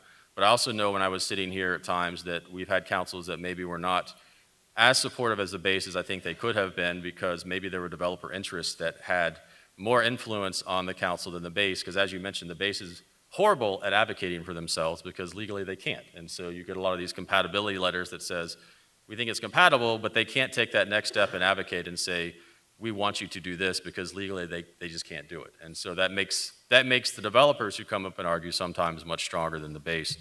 So ultimately, that's kind of what got me to where I was. As far as the project itself, I mentioned I'm not a big fan of the concept. I'd love to see something better go there, but at this point, there's nothing else out there, and I think that the product that they're bringing, aesthetically, the safeguards that are being put in place, the way that the covenants have come in, that it won't be, you won't really know it's there. It'll kind of be a do-nothing project for most of the time. It's not going to have any traffic impacts, because ultimately, if you were to fully build out this Park of Commerce, you would have much more traffic impacts locally within the community than you would in this particular product, which also, because of no jobs, is not a good thing maybe either.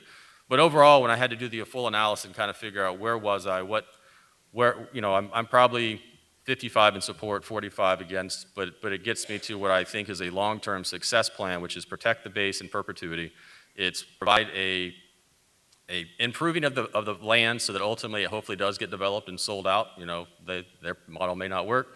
They may find out they can sell this land 5 years from now, and we all end up better off for it. So that's kind of where we are now. I do want to touch the park maintenance thing really quickly, and that is, I still have some concerns. I think the park is a great selling point. It's something good for our residents, but I do have some concerns about park maintenance, because ultimately, any property tax revenues we generate here, there are other needs that this city has that we would like to put those property taxes toward. So for us to then be responsible for maintaining a park that you guys build, I think is something that if ultimately this does move forward, needs to be further addressed. And one last thing, and that is what the mayor raised, and I do think some additional conditions, if it does move forward, need to be firmed up as far as the ability to sublease this out, and possibly making sure that we lock down this regional repository so that we don't ultimately find out that we think this is only for local regional impacts, and then it turns out that you guys are shipping stuff in from North Florida, Louisiana, Texas, because that's not what we would envision. So those are things that I would want to make sure that some additional safeguards were added to the covenant to protect and make sure that what you guys are promising and have promised, ultimately we're going to get. So that's all. Thank you, Mayor. Thank you, Mr. Shelley. Mr. Rowe? Thank you, Mayor. I have a few questions, may not be directed directly at the attorney, but maybe, Joe, you can answer this question for us. Aside from the 100 acres that we're talking about, how many more acres or parcels are developable inside this area? There's 164 acres of vested land inside the crash zones. So this is about 60% of the vested acreage in the crash zones. Okay, so once you get outside the crash zone, then some of these issues with They the disappear. bays kind of go away. There's 275 acres in the Park of Commerce in total. 164 of them are crash zone acres with vested rights. Okay, so this basically takes out about 2/3 of those acres. About that. All right, so that's an interesting question there. But there's still another 165 acres within the Park of Commerce that would still be a part of what the master plan is. Well, some of those are built already. About 110. And 110 acres, 110 acres in the Park of Commerce that are not in the crash zones. 110 that are not. That are not in the There's crash zone. 165 that are. Right, This so is there's representing 100. 275 total in the Park of Commerce. 165 of them have vested rights, so they're in the crash zones. The difference is the 110. That's Okay. the stuff that's not in the crash zones. Okay, and then of the overall total of acreage, how much is built out? I don't know that right offhand. I would have to go back and look at the. Would you say a quarter of it's built out? Oh, any guess on that? No, I don't think a quarter of it's built out. I think it's waiting to be developed, really. It's not built out at all. It's almost all vacant. I mean, you've got. So it's almost all vacant. It's almost all, yeah, So- it's got a ways to go. So there's plenty of potential if other companies would want to look at this area to put jobs at. Yeah, there's a lot, yes, it could be a great center, but it's not even begin to reach its potential. Okay, so it's not, if we take this 100 acres out, we're not going to kill 5,000 potential jobs. No, you're taking, well, no, I can't answer that question. Honestly, you're taking 100 acres of developable land with vested rights off the board. You're taking 60% of the vested right land off the board. And then outside of the vested properties, what is the population restrictions? Inside is 50 per acre. There are no restrictions outside of the vested area. Correct. So you could put 100 people, 200 people per acre. Yeah, if you fit Just all. for just for conversation purposes. If you fit the heights, the setbacks, those types of things, floor area ratios, you could put a great number of people in any of the developed land. Okay, so we're not really taking away any jobs at this point. We're just limiting where they can go in the Park of Commerce. If you remove, I believe if you remove developable land, take away its rights, you're taking away potential jobs. You're taking 100 acres off the board that can't be developed. Even if you develop this land, it creates no jobs, you're taking I your get land that. off, So, you're yeah, taking okay. jobs off the board. So if there are 20,000 potential jobs in the area, we just took 5,000 off. Yeah, you're having a use that creates no jobs. Therefore, you're Gotcha. taking potential jobs off the board. Okay, gotcha. And then, as Councilman Shelley said, I like the fact that we can potentially restrict the subleasing of the property for other businesses, as the mayor actually brought up too. Because last thing I want to see if this is approved is we approve one thing and then something else happens out there. There's got to be a way to regulate that. This site has a potential to be totally brought from the ground up, environmental's done, and maybe not even a car placed on that lot for 4 or 5 years, potentially. You know, so there's got to be some other restrictions and things brought in to help control who gets involved with this property over time. I think we need to protect us with that if this is the will of the council. And then as far as costs to maintain the park, do you guys have any input? Do you have any cost estimates of what it would cost us if we decided as a group to accept this property as a gift from this property owner?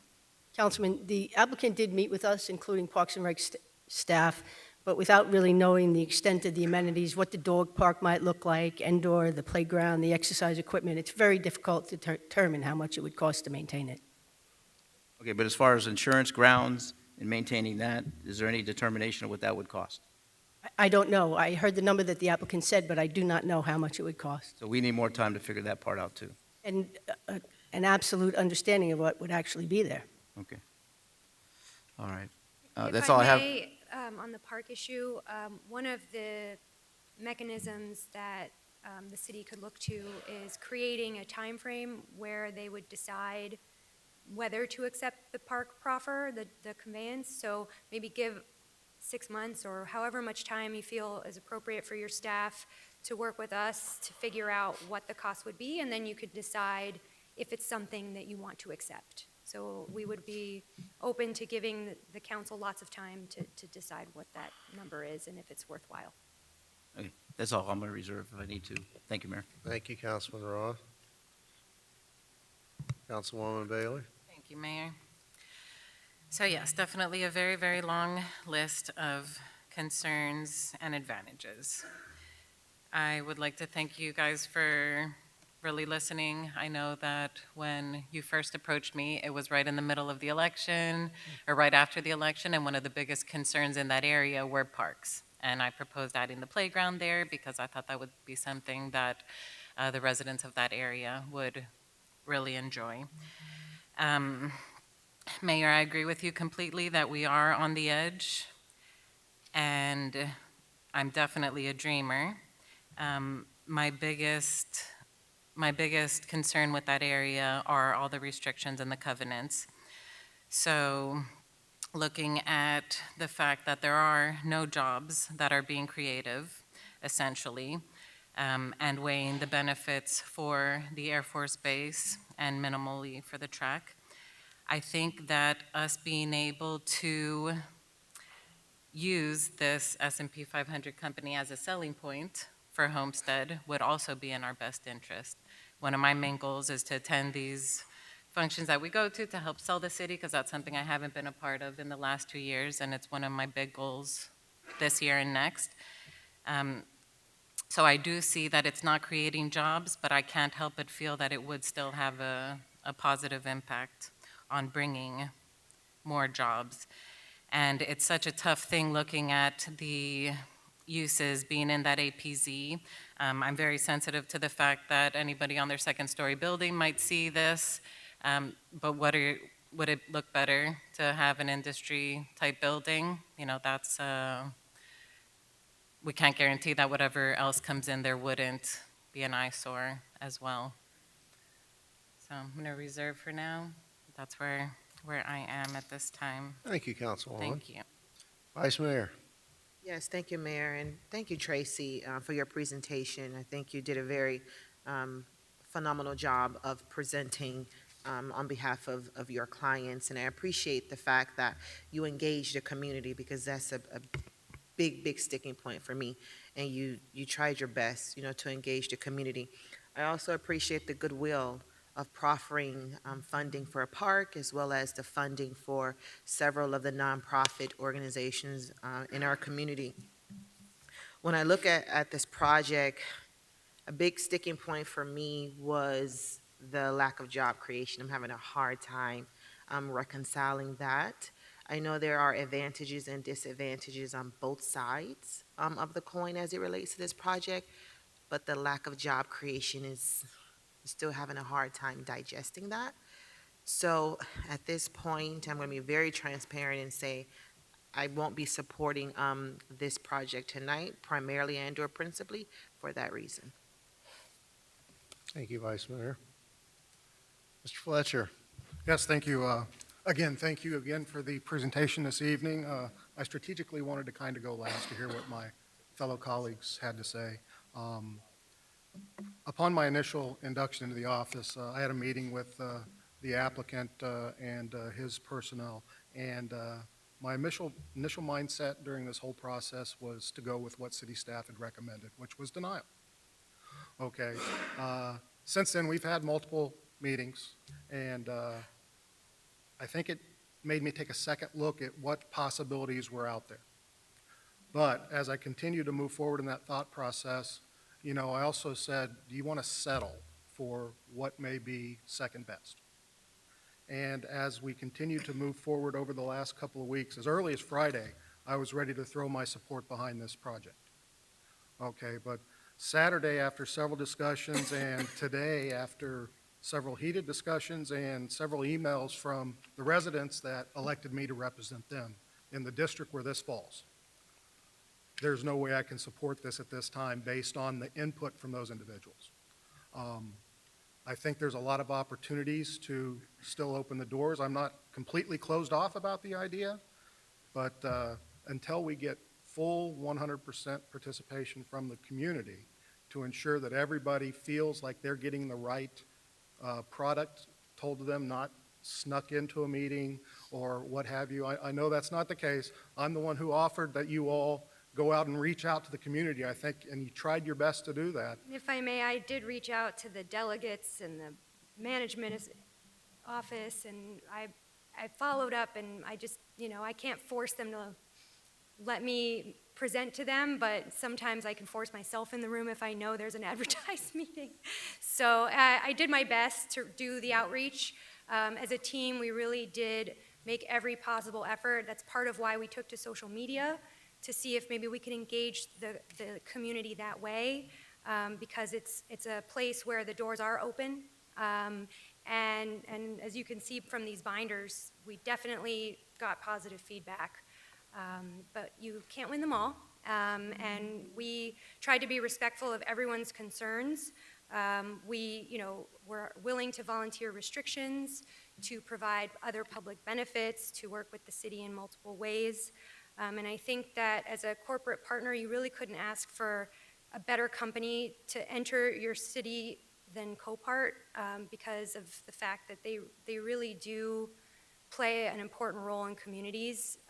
Sexy or unsexy, what they do is a necessity. And at the time where you need it the most, you would be thankful that they were here. Again, I appreciate your thought process there, and again, I'm not completely closed to this idea in the future, but based again on the feedback from the community and the citizens that I represent, I will not be able to support it this time. Thank you. Thank you, Councilman Fletcher. Question for the attorney. Matt. If this fails tonight, it does not go forward to a second reading, is that correct? Correct. Okay.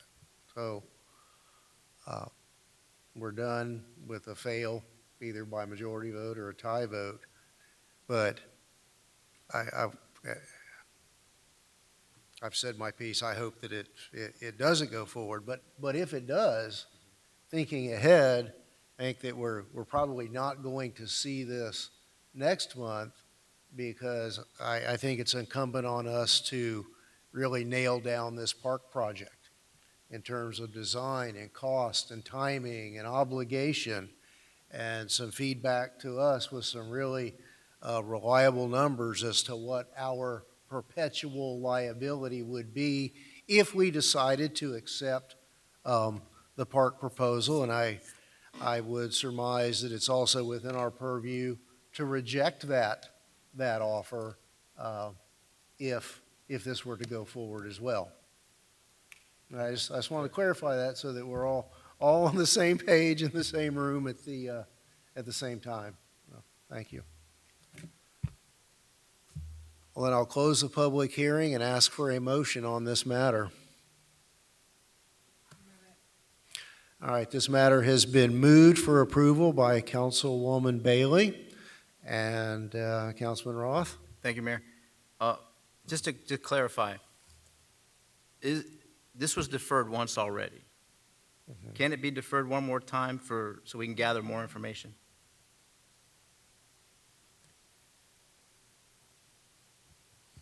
You can defer to a date certain if you'd like to preserve, but sure, if that's the will of the council, you can. I would like to see that first and get more information about the cost to maintain the park and give them an opportunity to come back and see us one more time prior to this vote. That's all. Thank you, Mayor. If everybody else is in agreement, then I would like to ask for a deferment till next month, our next council meeting. That way the city staff has an opportunity to put together numbers for us.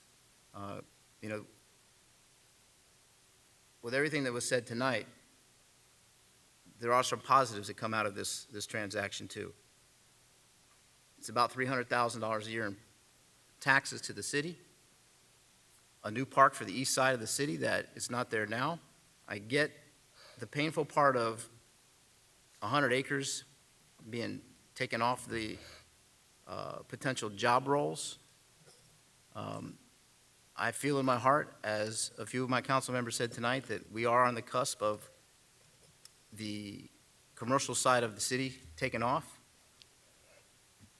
Having a Fortune 500 multi-billion-dollar a year company in our city wouldn't be too shabby. There's a lot of potential for this site, and I think I understand what the residents are saying, but I think we still need a little bit more information in order for us to fully understand.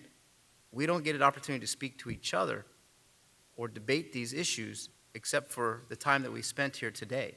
And I still think there's more questions that need to be answered.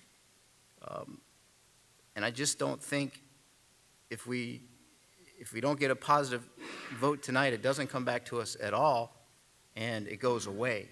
And I think that I don't think we're exploring every possibility that is potentially here in front of us. You're talking about millions and millions of dollars invested into the city, and who knows what will follow. You know, I don't know that marketing the Park of Commerce is really, you have an ability to do that when you drive through that area and all you see is undeveloped, overgrown parcels. So it's not aesthetically pleasing to anybody either that wants to invest in the city. I'm just thinking out loud, maybe the racetrack would, and this might be something to think about as far as some of the sublease restrictions, but when that area is sitting vacant, they could use it for overflow parking for the races and other things too. So there's a lot of potential if you clean up that area. You're talking about 100 acres. I drove by their facility up on 137 and 243, and you don't see anything going on. It's just totally walled off. You don't see it. But that whole area's been improved. It's an industrial area. This is kind of an industrial area, but I just don't think we have enough information yet. I think we need some more information. So if it's the will of this council to defer till date certain next March. Thank you, Mayor. Thank you, Mr. Roth. In light of the pending but unseconded motion for approval, where do we need to go procedurally at this point? If we interpret Councilman Roth's request as a motion to defer, you would hear that motion first. We'd need a second on that. If there's going to be a second on that, a vote on that, and that would supersede the prior motion. If there's no second, we'll go back and we'll see if there's a second on the motion to approve and move forward. Thank you. Councilman Fletcher? Yes, so I will second Mr. Ross' motion with a question. With a question? Yeah, with a question, you know, again, or a comment, let's say. I think it's very important that we sit here tonight that the city of Homestead has been looked upon for many, many years as not business friendly. okay? And I think we need to set a new message out there that we need to be attracting people down here. And by no means, because of this product or this parcel of land, is the city up here saying no.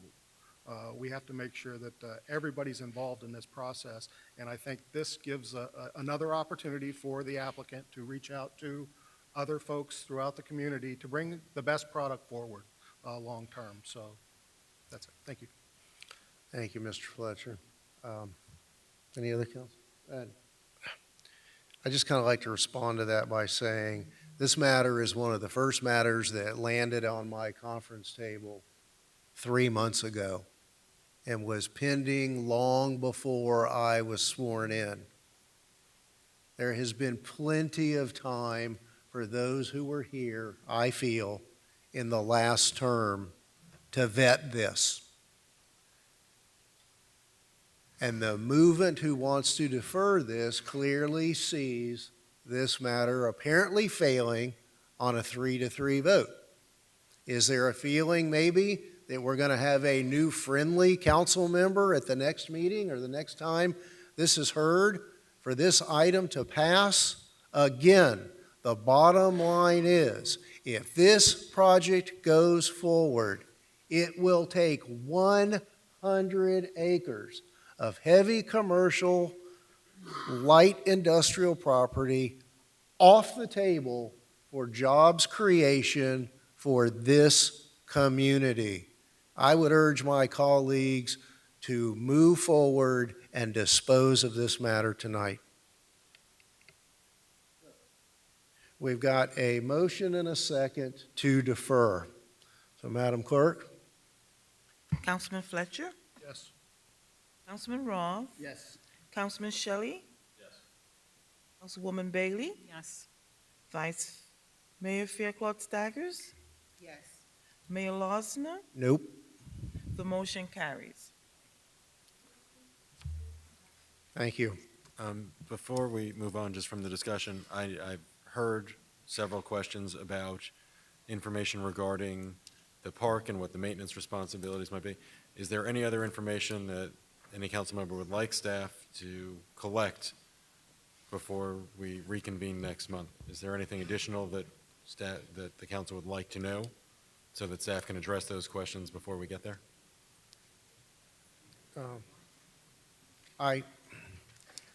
Thinking out loud, it's my perspective that if that's going to happen, we almost need to have a full-blown detailed agreement as to what will be in the park, what improvements are going to be done, and a time frame for completion, and an event that triggers that time frame for delivering the park. I mean, clearly, I don't think anyone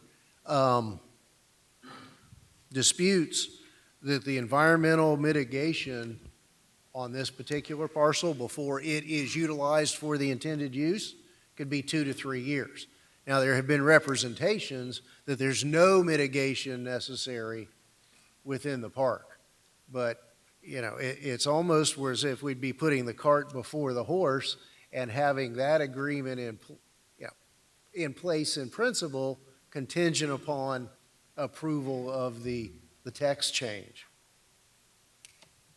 And Mayor, if I may, it's unclear to me what the council would want staff to do, because I'm assuming that the applicant would come back with a very detailed plan for the park, at which time we could try to determine the maintenance and/or insurance costs.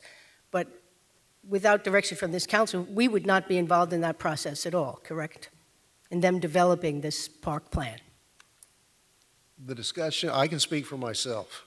The discussion I had with the applicant was that if this went forward, it would be where they provide the city with a turnkey operation.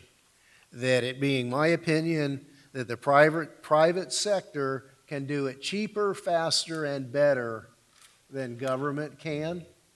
So while I, just kind of the hedging the bets that if it is going to go forward, that would be my personal vision for how it proceeds. I think, Mr. Shelley, you were first and then followed by Vice Mayor Fairclough Staggers. Yeah, no, I mean, one of my concerns about this project always has been the fuzziness of the park, and I know that in theory, it could be something that's good, but at the same time, there's a lot of unknowns there. And so I do think, not knowing what the motivation is for some of my colleagues up here on what part they're most interested in, I do think more information about the park is necessary, before the next meeting or before we move forward. Just some specificity, because I really don't understand what it is, what it's not going to be, and what ultimately the cost could be for us, so. And if I might, before I let the Vice Mayor chime in, the park may not be the only issue, and I think now is the time that we all have to talk openly about any other issues we may have. I think we've covered, the sublease, the ongoing concerns, the delivery of the park concerns. So I think, now is the time to hash out that conversation. Oh, Vice Mayor. Thank you, Mayor. I feel the next steps should not be from staff, but I think the applicant needs to do their due diligence and provide some specificity as it relates to the park, cost analysis, all of that very detailed information that may answer the questions from some of my colleagues. I supported the deferral because I was sensitive to Councilman Roth's concerns and questions that he still had. I didn't have any questions about the park because I already explained what my sticking points were, but I wanted to give him the opportunity to have that very specific information. So I don't believe that staff have any next steps. I think you have a lot of next steps.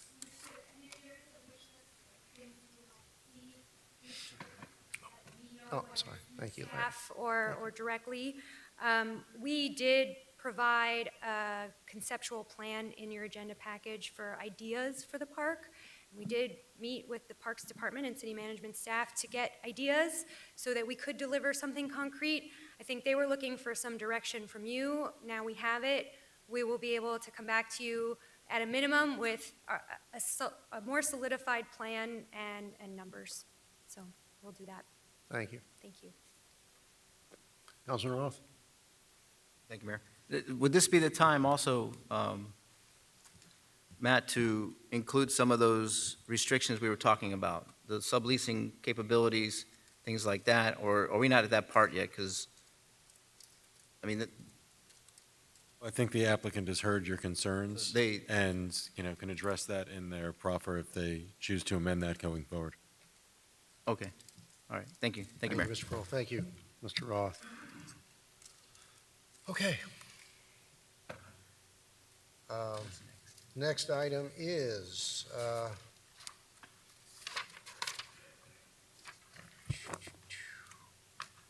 that was tab 7. Next item is tab 8 from the car number 2857, the Community Development Block Grant STEM Award. Is that you, Madam Manager? Yes, Mayor, thank you. At the July 24, 2019 council meeting, council approved card number 2690, Community Development Block Grant 2019-2020 Revised Annual Action Plan that provided for science, technology, engineering, mathematics programs for low-income students. Staff recommends that mayor and council authorize the city manager to award RFP number 202018 to Dibia Dream, Inc. for science, technology, engineering, and mathematics programs, and to negotiate and execute an agreement in substantially the form attached for an amount not to exceed $100,000. Thank you. Questions or comments from council? From Vice Mayor? Yes, thank you, Mayor. Not sure who's presenting, but I have a question, or answering questions, but I have a question from staff. Can you explain where these funds, these restricted funds, are coming from?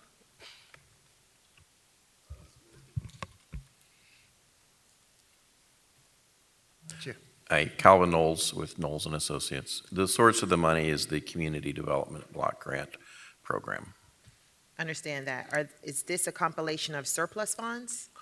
No, this is regular the 5-year plan. entitlement funds, yeah. And these funds are were strictly for public service?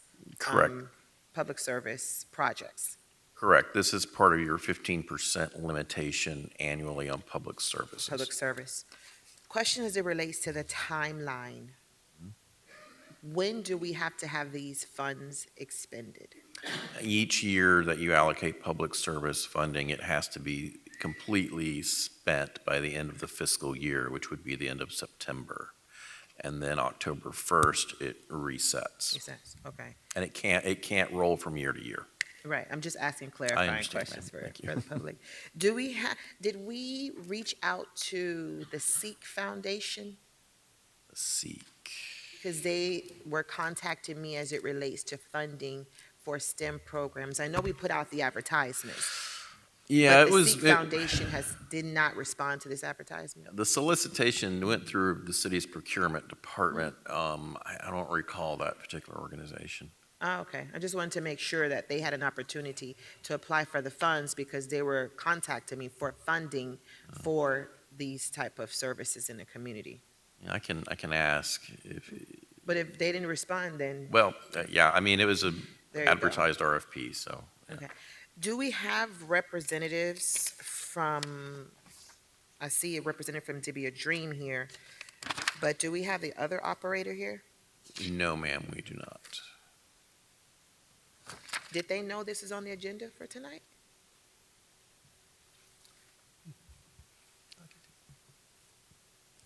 Vice Mayor, normally it's the one that's being recommended for the award, they're the ones that are invited to the meeting. Oh, well, just because they recommend it doesn't mean they'll receive it. Oh, I would have thought they would have been here because I had some questions for them. But since To Be a Dream is here, if Mr. Okpalobi can come up, I just have a couple of questions.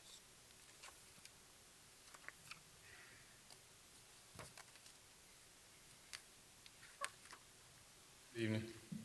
Good evening. Thank you for being here. And thank you for the work that you have done in the city of Homestead. I think it has been very impactful, and I'm excited to see that potentially you'll have the opportunity to continue to operate in the city. My question related to the metrics. Okay. Which, that's the first thing I look at.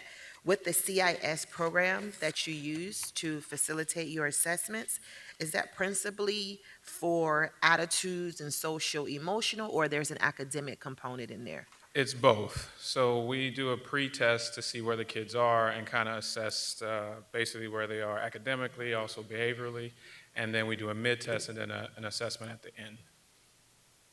And the academic component is already comprised within this assessment that you use? Yes. Okay. How do you collaborate with the school sites to determine the effectiveness of the program?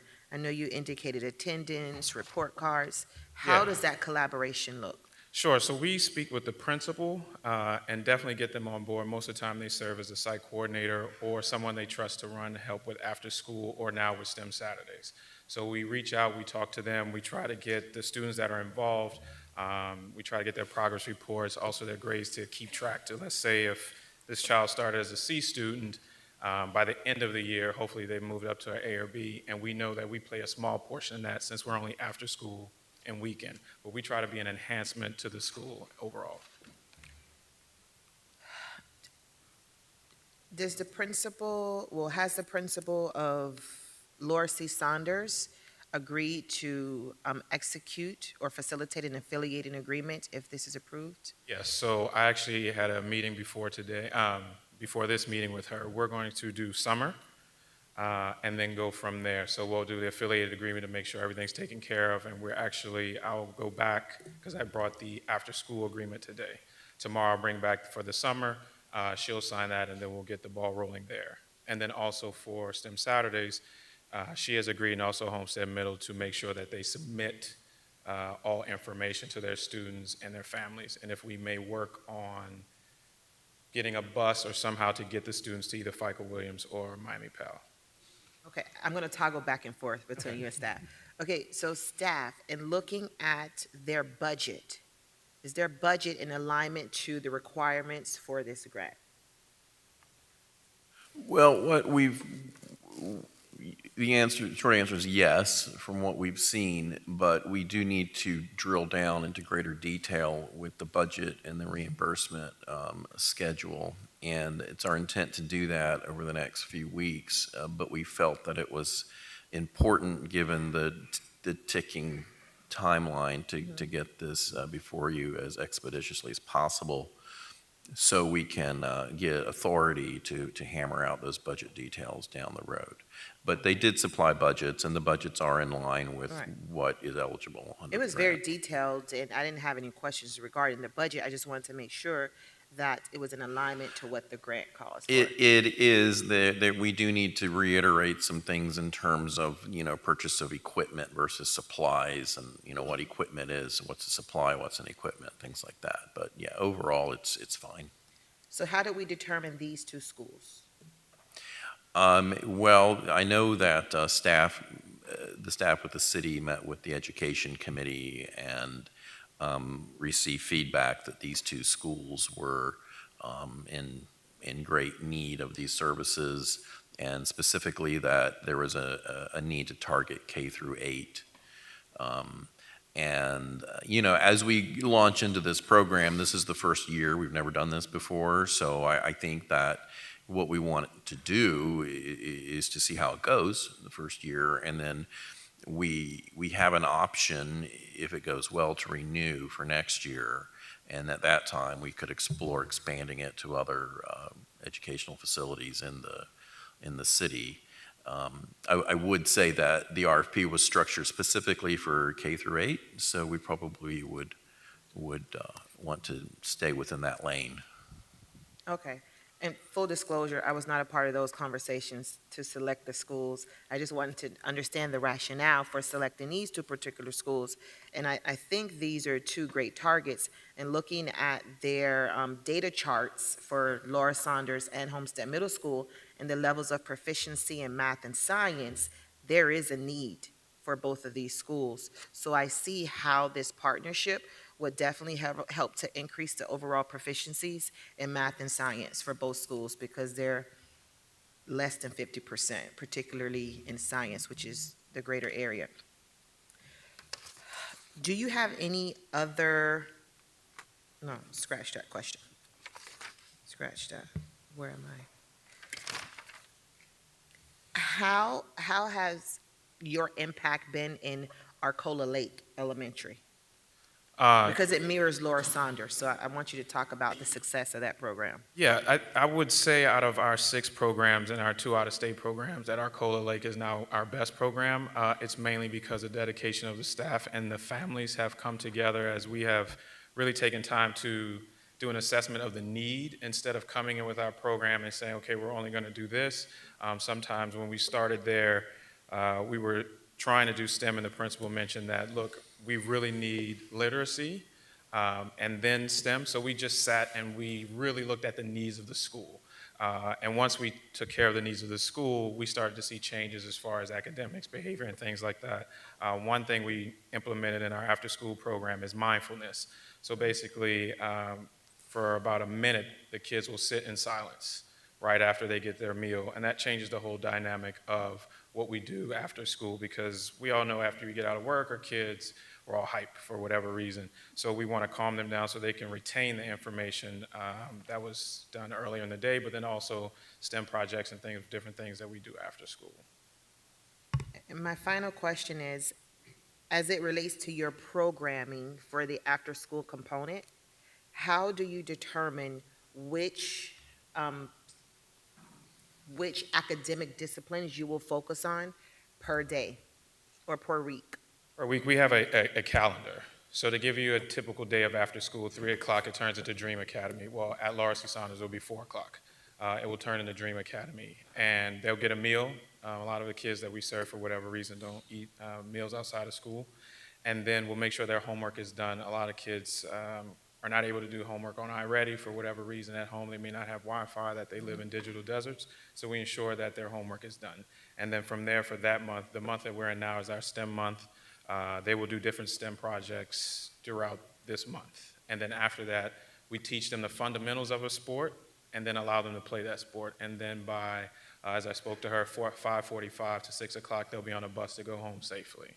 So we have 5 pillars of STEM education: financial literacy, health and wellness, mentorship, and sports. So 1 month will be full of STEM, the next month will be financial literacy and things of that nature.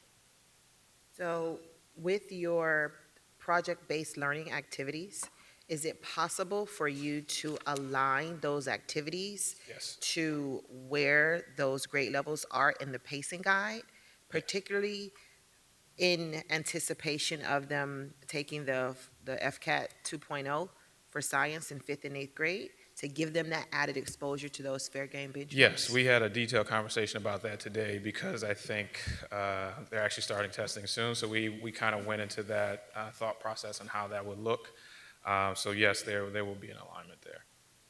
Okay, particularly for 5th grade, weathering and erosion, rocks and minerals. Right. If you can align some of your programming from March until May when they take the assessment, I Okay. think it'll give them a better opportunity to do well on their science assessment and increase their overall science levels of proficiency.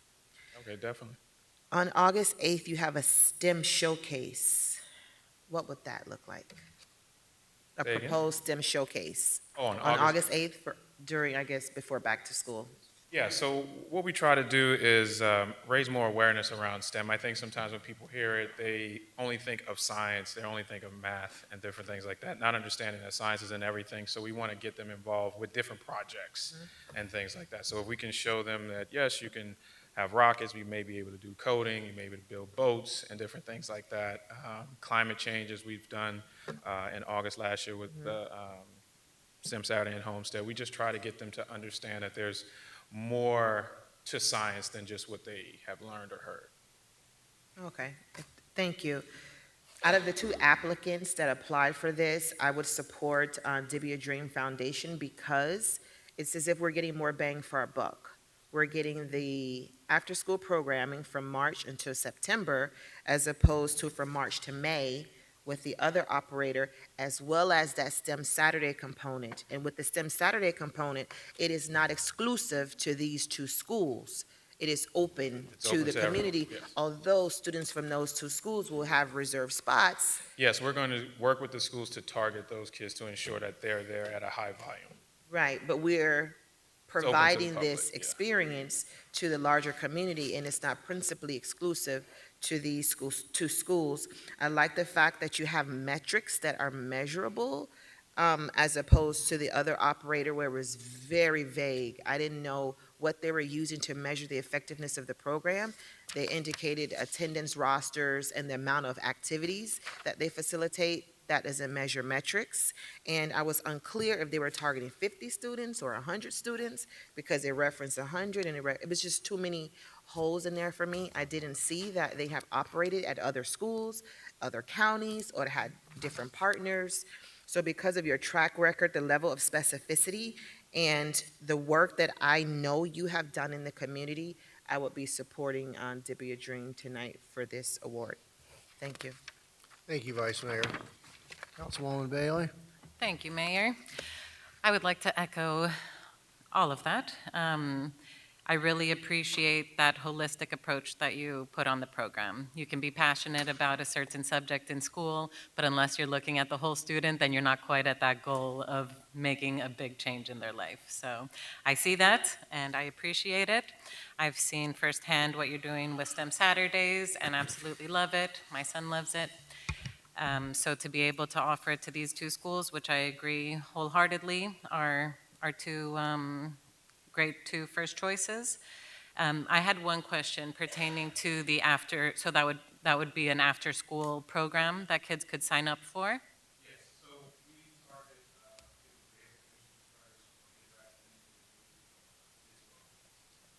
the principal will have them list of students that they know are in need. Right. And once we meet that requirement, then we'll be enrolling them to Okay. Okay. And then they'll send an application home. Great. And then you provide transportation home when the program's over at 4:45? 5:45, okay, yeah. And they get out at 3? Oh, they get out? Oh, okay, I didn't know that. Okay, so from 4 to 5:45. And the mindfulness, I like that. Yeah. I do some I have an early education, but we're starting to grow our after-school project, and that'll be on my schedule starting tomorrow. All right, thank you very much. Thank you, Councilwoman. Mr. Roth, anything further from council? All right, now entertain comments from the public on this matter. Any questions or comments from the public? None appearing, I'll close the public hearing and ask for a motion of approval on this matter. Moved by Vice Mayor Fairclough Staggers, seconded by Councilman Fletcher. Roll call vote, Madam Clerk. Councilman Shelley? Yes. Councilwoman Bailey? Yes. Councilman Roth? Yes. Councilman Fletcher? Yes. Vice Mayor Fairclough Staggers? Yes. Mayor Losner? Yes. The motion carries. Thank you. Next item is tab 9. Is that you, Mr. Pearl?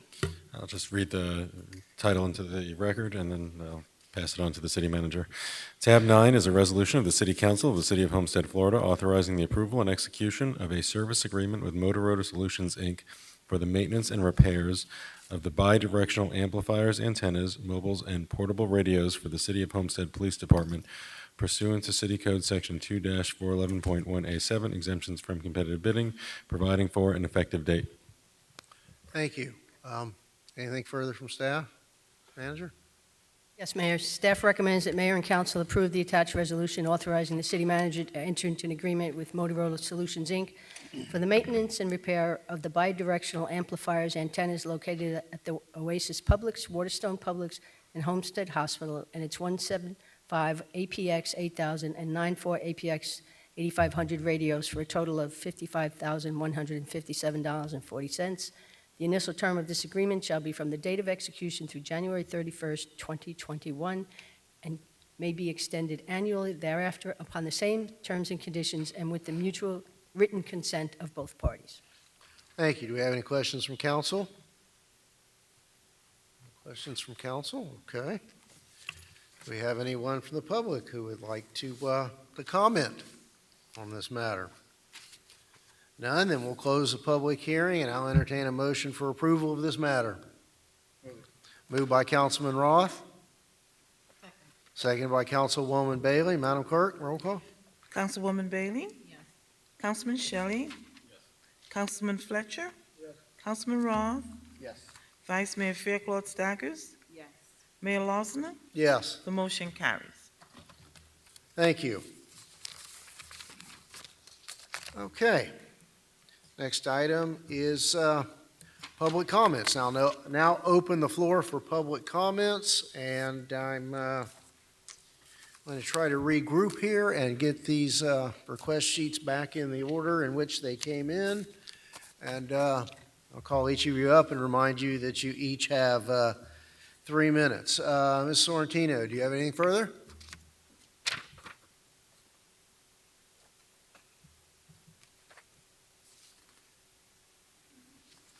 Susan Sorrentino, 2610 Northeast 3rd Drive. Art in public places, $1.7 million. Where is it? Is it gone? Was it used to work on the library? That's not public art.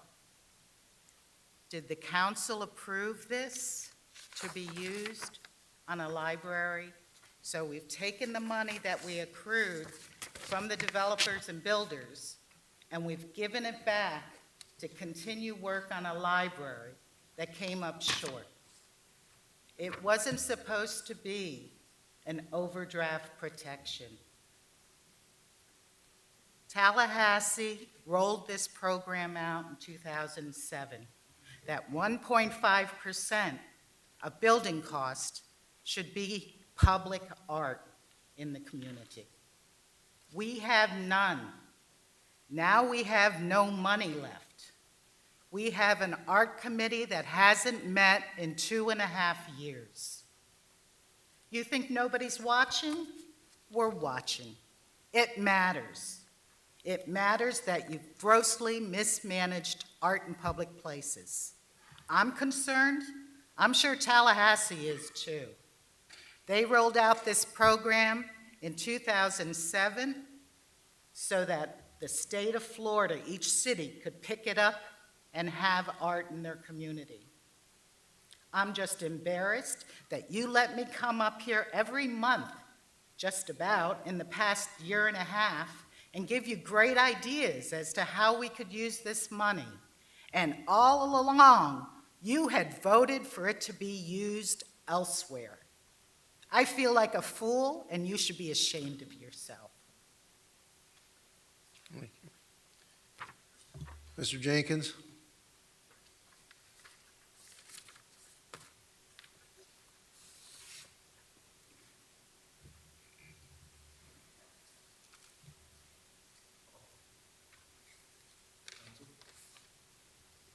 Name and address for the record, please.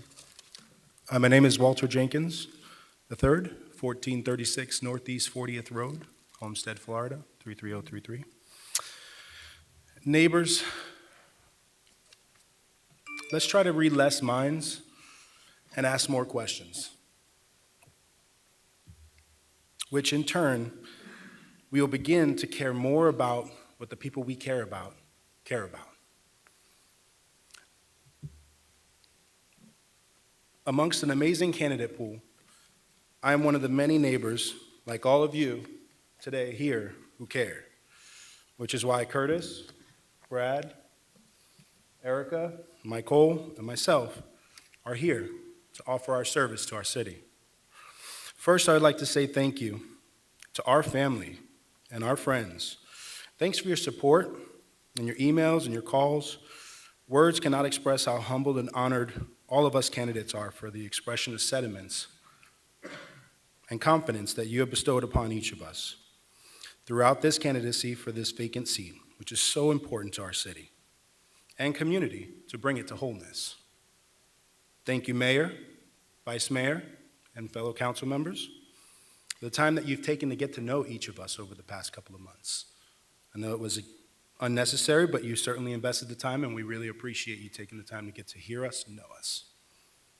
Congratulations, Kate and City, for the stability and the continued stability amongst our city leadership that we now have over the next few years. And in District 5, we believe our community leaders and elected council are there to stand on the shoulders and the leaders that came beforehand and asking them to build a better future for us. The future of our city depends on our ability to confront the deeply complex issues and topics that come before us in a timely manner, without unnecessary delay. So I thank you all for being here today. It means a lot to us.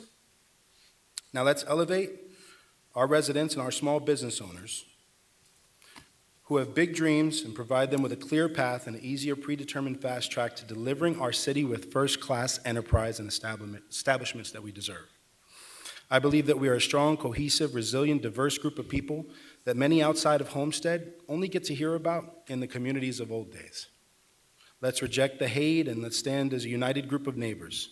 There has never been a more important time to ensure that our city has a strong, unified, independent council to take on the challenges ahead in Homestead. I know that with the immense talent, wisdom, and experience of this body, not just the council, we can accomplish the goals ahead. Let's renew our focus on the hyper-local issues that get brought up daily in our individual communities. People care deeply about their neighborhoods, and they see their local council member as their local champion down at City Hall. Thank you. I'll end. Thank you. Next, Ms. Green, Anna Green. You may have already spoken. It indicated it was on, excuse me, on Copart. Mr. Hill, Kim Hill, are you still here? You good? Thank you. Mr. Womble. Thank you. Mr. Ventura, you're on the list. Have you said your piece for the night? Thank you. Mr. Sullivan?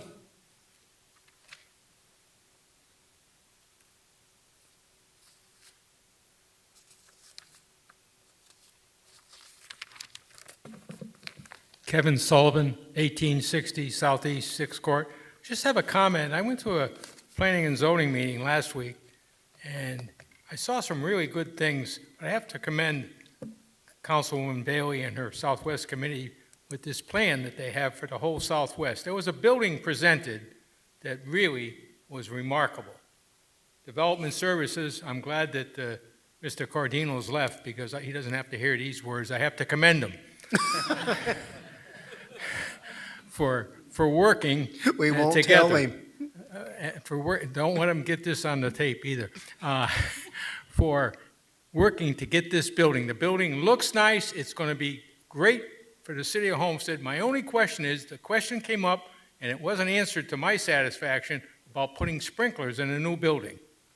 Now, there was some question whether Dade County requires it, the state requires it, but the city of Homestead can add requirements. We can't take away. If they say they have to have a sprinkler, we can't tell them they don't. So let's look at it. There's no building that should be built in the city of Homestead new that doesn't have sprinklers. And for the people you say the cost, I believe that the cost of insurance will be less and the sprinklers will be paid for over a few years. Thank you. Thank you, Mr. Sullivan. Ken Houck, but I think you were on the Copart matter. Next, I have Mr. Cathene. He was here on Copart. He's gone. And the last request I have is from Ms. Ramirez, Brandy Ramirez.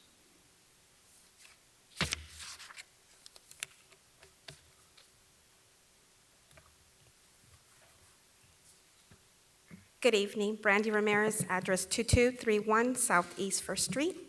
On behalf of the Women's Club of Homestead, as the president, I just wanted to personally come tonight to invite the mayor and council and city manager personally to our upcoming fundraiser that we're having to raise money for scholarships for local kids in the community. It will be March 7th, and it's going to be Saturday at 10:30 a.m. A couple of you have already responded in support of it, so I just wanted to come here personally to invite you, and thank you for the replies of the emails. Have a good evening. Well, for the public, where will it be located, the event? It will be located at the Women's Club of Homestead, and again, it's March 7th, 10:30, and it is open to the public. We have a few tickets left because it is limited seating. Very good, thank you. Thank you. Did I miss anyone? Did anyone sign up to speak who I did not call tonight? Hey, very good.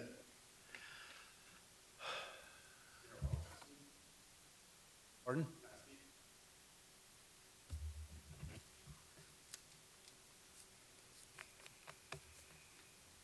Good evening, Honorable Mayor and Council. Dr. James Eric McDonough, 32320 Southwest 199th Avenue. Mayor Losner, listening to your words at last month's meeting on personal attacks, I must agree, and I humbly apologize to you and the residents of the city for my part. In my defense, I was following Chief Roll's lead, who set the bar making personal attacks against my wife and myself. However, the difference between us is Roll knew his statements were false, and he even defended his subordinates who did worse. But I digress. Councilwoman Faircloth, let me congratulate you on your pregnancy. I truly pray for a healthy mother and child. However, I must speak the truth. Nothing personal, just business. Last meeting, you alleged being slandered and defamed by someone sitting in council chambers. I assume this was addressed at me, though I was not present. Curiously, you didn't explicitly deny any of my allegations, and for the record, I never alleged that you made it to the top on a stripper pole. I did, however, allege that part of your rise had to do with giving your employer over $750,000 CRA tax dollars like it was your personal slush fund. I also allege that the city attorney acted on your behalf, lying about the amount and purpose of these funds, and did it verbally to avoid a paper trail. Though you have responded to comments on True Homestead, you refuse to acknowledge or address this menage a trois of a conflict of interest.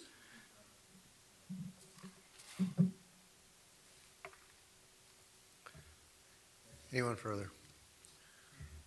All right. Madam Manager, any additional business? Thank you. Anything further from the city attorney? I'm sorry, Mayor. If I may, I'd like to request a couple of executive sessions. One in the matter of Bar v. City of Homestead, case number 20-000910 in the 11th Circuit Court of Miami-Dade County, and the other in the matter of Hill v. Porter, case number 118 CV 20412 in the United States District Court for the Southern District of Florida. Thank you. Thank you. We'll watch for a scheduling request. Councilman Roth. Got nothing today. Thank you. Councilwoman Bailey. Nothing today, thank you. Thank you. Councilman Fletcher. Thank you. Councilman Shelley? Just one quick announcement. That is the Eco Fair this Saturday from 12 to 4 in downtown Homestead at Losner Park. This is always kind of a very fun, family fun event, eco-themed, so you're going to have people talking about the national parks or eco-tourism. You're also going to have people there with eco-themed products to sell as well. It's always a fun time, so I encourage everybody to come down and spend some time in downtown Homestead and learning about the environment. Thank you, Mayor. Thank you, Mr. Shelley. Vice Mayor? Yes, thank you, Mayor.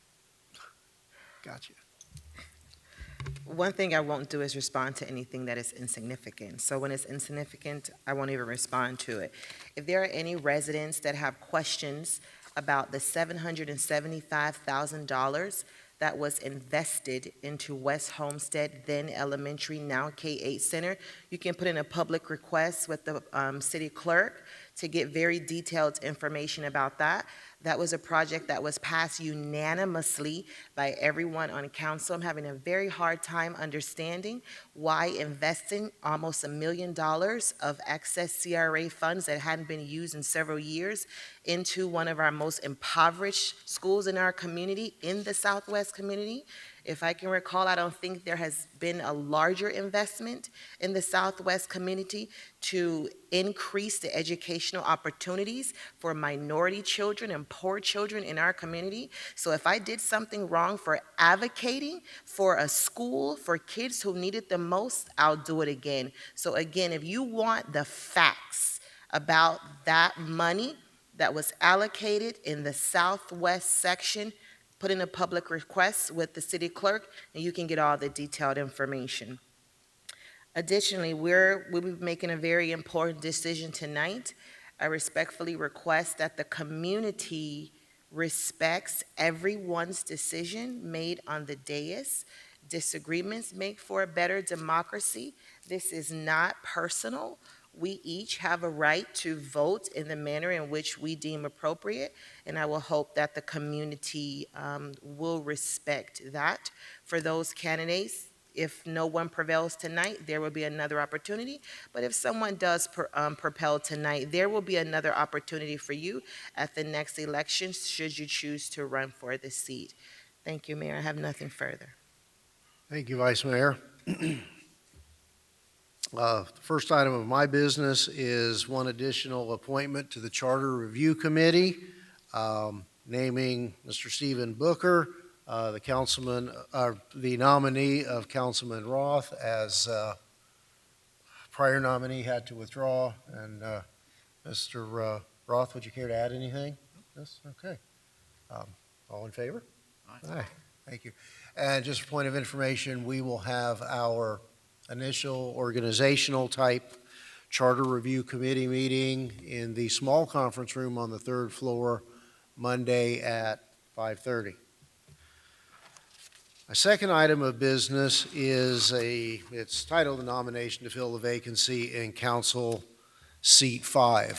For those of you who were here or who watched, this council did deliberate and came to agreement on the manner and the parameters, the rules, if you will, of voting on an individual to fill the seat vacated by former Councilman Maldonado. At this point, all 5 who applied, the initial applicant pool, will appear on a paper ballot. And,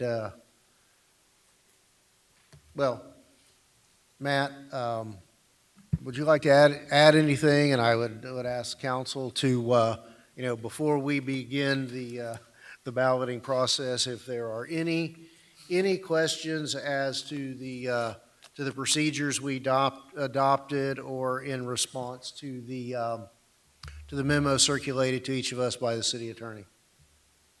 Mr. Pearl? Everybody seems okay.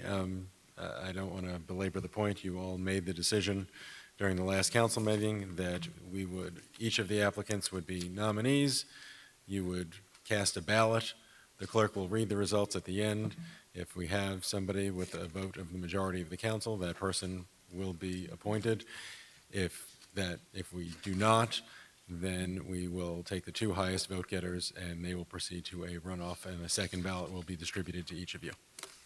And Right. So in short, it takes 4 votes to prevail. If no one prevails on this first ballot and there's a tie vote, we will do another round of balloting to break that tie, to ultimately get it down to a final ballot between two applicants. If we deadlock twice on those final 2, this will be rolled over until the next meeting, as well as a deadlock on determining a second name. a second name. So I guess we'll just pass our ballots down to the clerk, and just so everyone's clear, under the sunshine laws, there's no such thing as a secret ballot among public officials. We're balloting now, and our names and our votes will be announced by the clerk.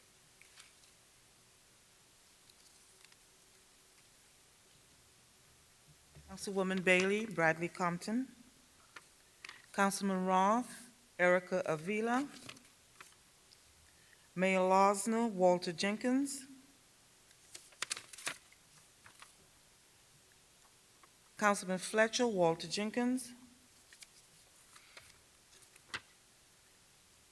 Councilman Shelley, Erica Avila. And Vice Mayor Faircloth, Erica Avila. So with these voting results, Erica Avila has 3 votes. Mr. Compton has 1. Mr. Jenkins has 2. 2 votes for Jenkins. So Erica Avila has 3, and Mr. Jenkins has 2. So that will be the That will final be- ballot will be between Avila and Jenkins. Yes, sir.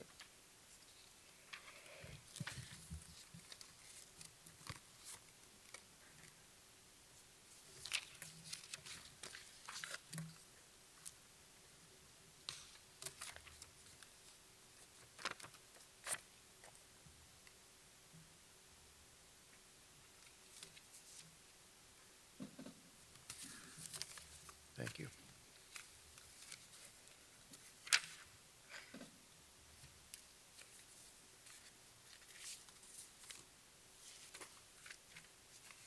Jennifer Bailey, Erica Avila. Larry Roth, Erica Avila. Stephen Losner, Mayor Losner, Walter Jenkins.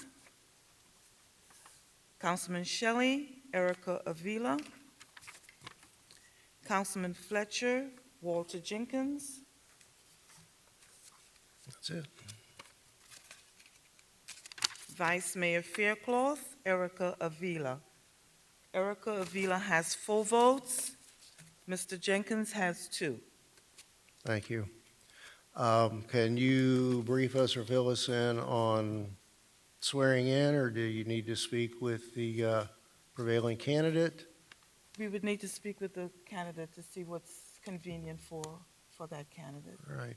And as soon as we have that information, Mayor, we'll contact you and the council to set the swearing-in ceremony. Okay. Thank you very much. I had, in the aftermath of the